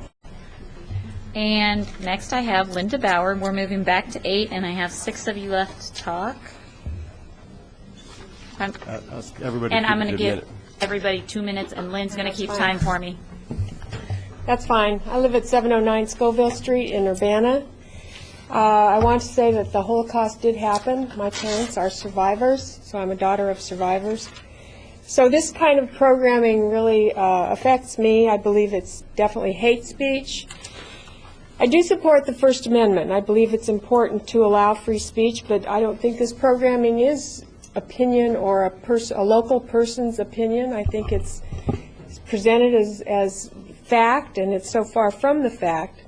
And I really think it's ironic. I've lived in Urbana since 1979, and I think it's so ironic that this is a progressive community. We support human rights, gay rights, tenant rights, and we're politically correct about everything, and yet we use tax dollars to support a venue for hate speech so that we can have hate speech of any kind. And it's not just, Jewish hate speech or hate speech against Jews, but this venue could ostensibly have hate speech against all groups. And especially, those are my tax dollars going to promote the kind of speech that destroyed my family. I don't know, how do I opt out of the taxes? How do we all opt out of the taxes? That just seems unconscionable. Now, okay. I just want to say I would support local programs only and an ordinance against hate speech. Thank you, Linda.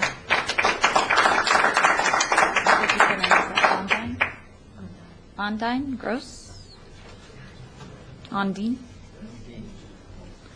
Sorry.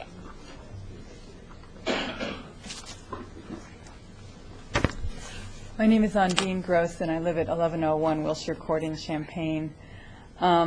I really know, and I appreciate that this is the first time this body has heard from people like me about this issue, and I know that the people who created UPTV did not do it with the idea that it would create a hostile environment for Jewish people. But it does. And when I saw the article in the News Gazette, I was so taken aback. And I was grateful that the News Gazette printed it, because I'd sort of heard something vague about, this guy with this show, and I just sort of assumed that it was going on at 3 a.m. and nobody was watching it. And when I saw that show, I made some calls. I called the lady who was in the article, Judy Checker, and I asked her about things, and came to find out that this has been something that there's been serious dialogue going on 3 years. And that the people who've been engaged in serious dialogue have been stonewalled for close to 3 years. That the people who tried to object to this were told, well, create your own programming, but you've been made aware of the financial constraints. I don't know how to do counter-programming. I'm a school psychologist. I don't know how to put things on TV. How am I supposed to counter this? When I saw the TV news last night, it featured Barbara Gladney, who is the chair of the UPTV Commission, and the reporter asked her, well, do you consider this program anti-Semitic? And she said, oh, yes, it's terrible. I can't watch it. And I just felt so abandoned by my city that I have raised children in, that I pay taxes in, that here is a commission that is not inclusive, because knowingly they're allowing something that they themselves can't even stomach. And it's like, what's wrong with this picture? And I guess I just want to challenge you all, and I appreciate that you're hearing this for the first time, but please think about what you stand for. Think about who your neighbors are. Think about the impact it has on me and my children and my community. And, you know, I was thinking about that poster that, you know, when you stand up for somebody and you stand up for somebody and you stand up for somebody, you know, who stands up for you? I've been in this community since 1993, and many of you have hopefully seen me stand up for a whole lot of variety of projects. And I guess I'm just asking today for you all to stand up for me and my community. Thank you. Charlie?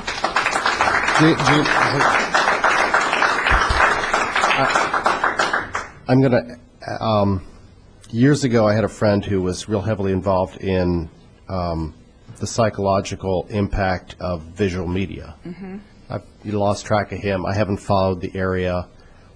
I would appreciate somebody getting me current research and materials related to that, because that visual graphic media is so powerful.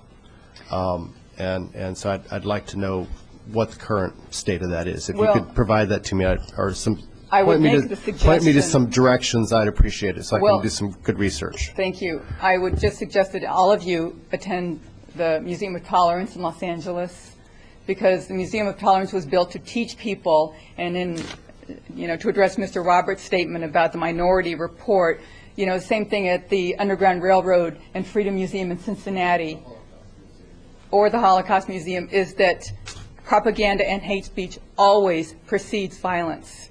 Always. There's just a direct connection, and there's a historic precedent for it against all groups who have been persecuted. Hate speech precedes violence. There's a direct connection, and this has been beautifully exhibited all over the country in different museums. Thank you for your comments.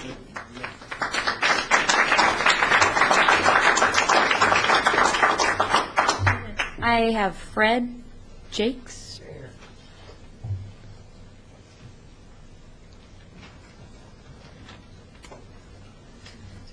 My name is Fred Jayer. I live at 408 Ginger Bend Drive in Champaign. I'm a professional historian who has made a long-time study of anti-Semitism and published several books on it. I used to be in the history department of the University of Illinois.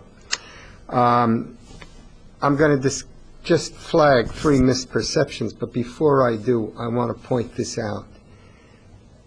We were in the middle of telling you how we felt, and you derailed the conversation into things like the naming of the Salt Fork River and whether there should be a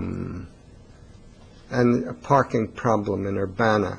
And that doesn't make me optimistic of how you'll handle our appeal to you. But let me just go on to discuss 3 misperceptions that I've heard mentioned here, and when you contemplate this issue that you might keep in mind. First of all, the so-called marketplace of ideas doesn't guarantee that a rational debate will take place or that the best ideas will win out. History is replete with examples, and if you don't believe in the marketplace of medicine or other marketplaces, I don't know why you would put so much faith in the so-called marketplace of ideas. The second misperception is, it is true, it is our responsibility as Jews to respond to anti-Semitism. However, it is not our responsibility to respond to a burden that is placed upon us by the municipality of Urbana. You should not be placing upon us the obligation or burden of counter-programming. And the third point I want to make, and I'm making all this short because I realize time is of the essence now, is that the issue is not free speech. If the ACLU is so concerned with free speech, they can give this guy a chance to speak in front of their office if they have an office in town. He can speak anywhere in town. Nobody is opposing that. If he wants to express his views, he can express them in other venues. The only thing that we have come to oppose is taxpayer money being used for hate speech on Urbana television. We're not opposed to free speech, and I think you should bear that in mind. Okay, thank you.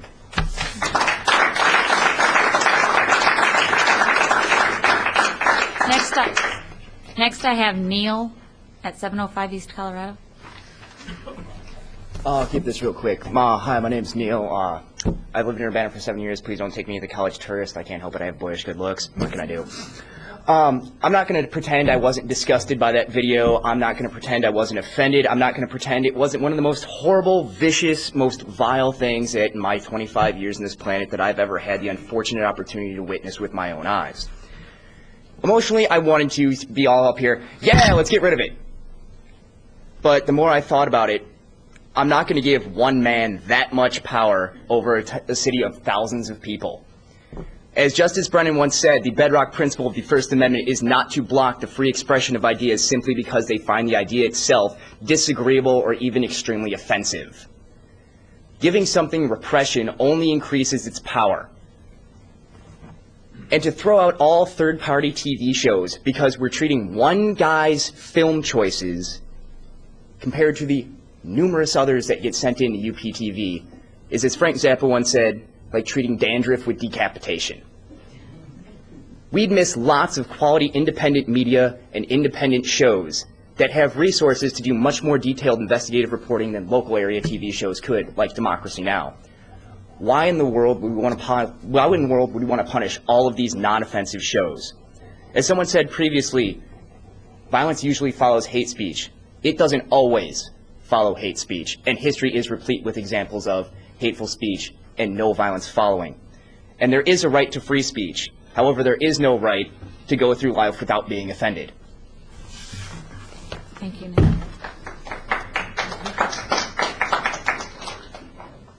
Chana?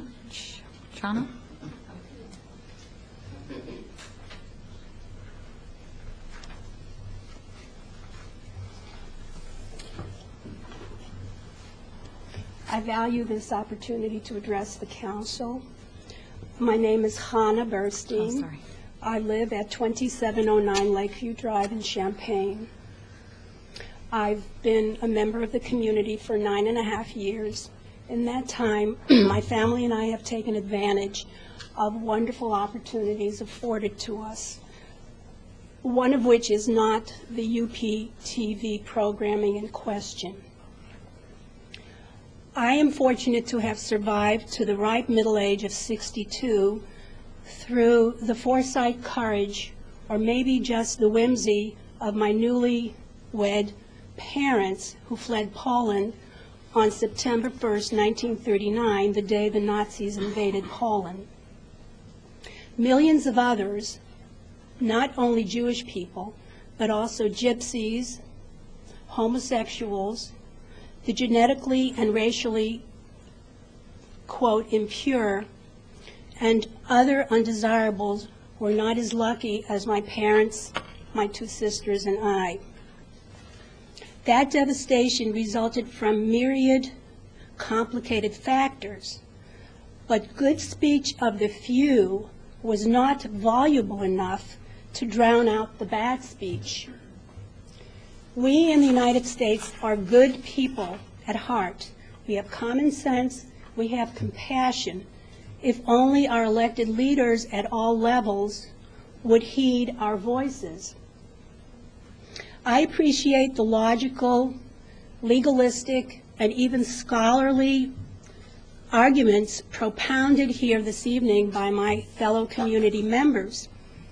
But sometimes we must also follow our common sense and our hearts. We must have the moral courage and fortitude to look evil squarely in the eye and face it down.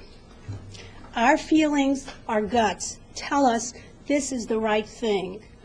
Our humanity must make it so. Thank you. Thank you, Hannah, and I'm sorry I said your name wrong. I said thank you, and I'm sorry I said your name wrong. That's okay. Last but not least, I have Darrell Cruz.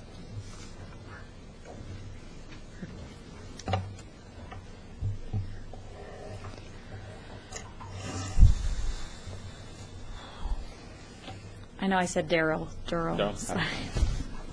Hello, I'm Daryl Cruz. I live at 2007 South George Huff Drive. I came tonight without a prepared speech, just to listen to what was being said. As a member of the UpTV Commission the past several years, and having a number of friends, Jewish friends in the community, that have spoken tonight about the issue that we're wrestling with as a city, it's not an easy thing to deal with. But I would like to clarify a couple of issues that I think it's important for the community to understand before we act upon what we consider hate speech and how we should deal with it. First of all, UpTV is a public access station that is not funded with tax dollars. It is funded with franchise fees through the cable franchise agreement with Comcast.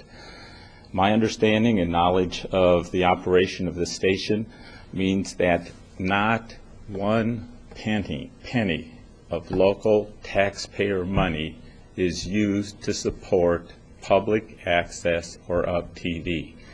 It is paid through cable franchise fees of cable subscribers. It's important for the community to understand that public access is not government-endorsed, government-supported by the city of Urbana. That point has to be clarified and emphasized to be able to get to the point to have a factual discussion on this issue. Also, I would like to state that when Congress passed the Cable Telecommunications Act in 1986 and they provided for PEG, Public Educational and Governmental Broadcasting for the people of the United States, they were enshrining for the American people, I will say for Jews, for blacks, for whites, for any ethnic group, religious group in this country, they're enshrining the right of those people to have access to the public venue of public access TV, to communicate, to share, to discuss, to give ideas, to grow and educate together. The question, as I see it before us tonight, is not free speech that you have a responsibility to debate, but whether as a governmental body, whether you can stay out of the fray, because it's not the place for the governmental body to get into. It is a public debate within the community to have. I encourage you and hope that you have the courage to take the leadership to protect this aspect of public access in our community. I know that there are Muslims in this community that have been threatened by hate speech. I have people of minority background that have been threatened and offended by speech in this community. I have Jewish friends. I don't know of any person at some point in time where there isn't some sort of public expression that is offensive. I'm not supporting hate speech. One gentleman asked, why do you allow something you can't stand? Daryl, I'm going to have Okay, to give well, you just 20 one more thing. seconds. Okay, we're going to say the reason you allow something you can't stand to occur because you value and understand a different principle that you think exceeds that. And when we start, government starts tweaking away at the ability of the broader community to be able to express their views to the community at large, then that is the path upon which I don't think this country was built. And so it's not that we endorse hate speech or that we encourage it, but it's that we value the ability of this country to engage in public dialogue through public access, and we must protect that for everyone's benefit. Thank you. Thank you.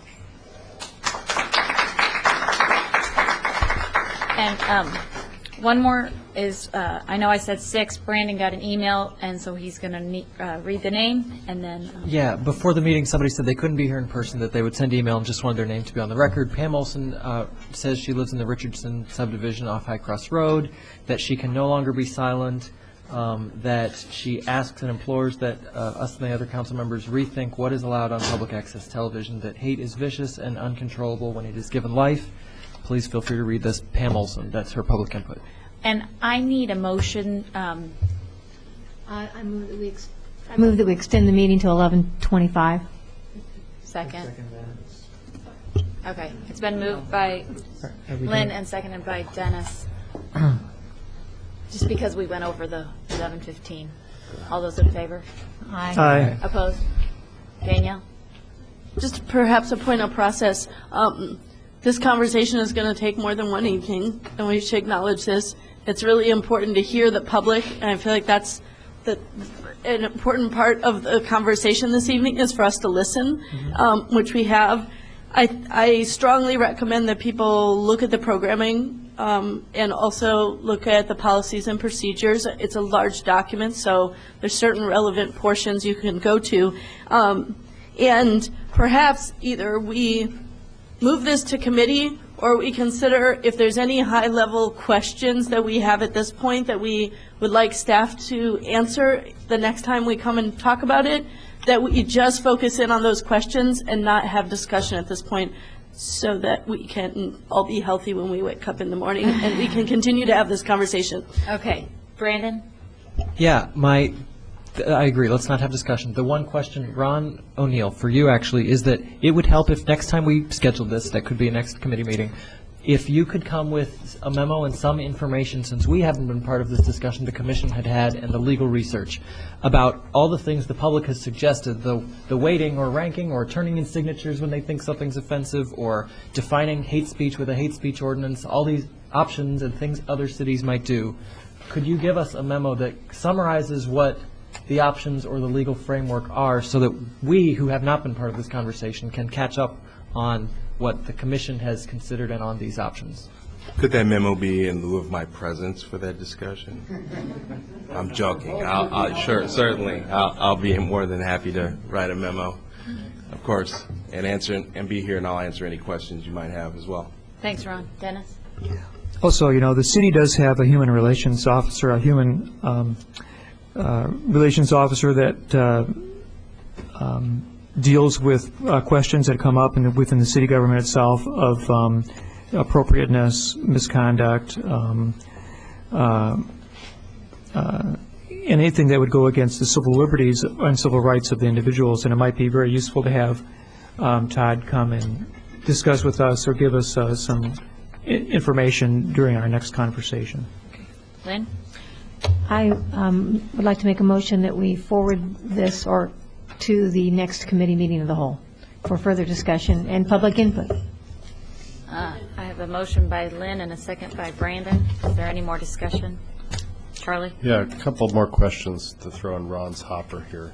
I'm curious as to what kinds of quality control can be achieved or done within policy here. I'm also interested in how finely we can control third-party programming. Are there levels, like could we say programs that have X, Y, and Z are allowed, but programs related to W are not? Is there some way of grading those third-party programs?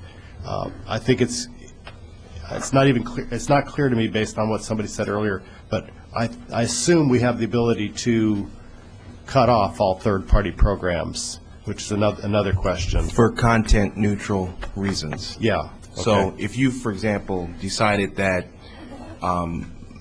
public access is going to have certain a certain type of programming and not have others, and you're doing that for content neutral reasons. Okay, well, I think this is all. I think I'm too tired. Yes. Yeah. This is all. And then finally, my question. A question that came up in a discussion I had with somebody who's left here earlier is. Could a group actually get together and sue Mr. Broom-Levy for his sponsorship of this program, which is clearly defamatory, insulting, racist, and a bunch of other, it's just vile, as was put earlier. I mean, you want a quick answer right now? Well, I assume the answer. I'd like to hear why they might not be able to. But yeah. Okay, it takes a lot to exhaust me. I've got 4 kids, and I am exhausted. I appreciate everyone's patience and their time here tonight, and we will see this in committee in 2 weeks. So, 2 weeks. I don't think we have a 5th Monday, do we? I don't think we do. I don't think there's a 5th Monday. Meeting's adjourned, right? Yes, so this meeting stands adjourned. Thank you.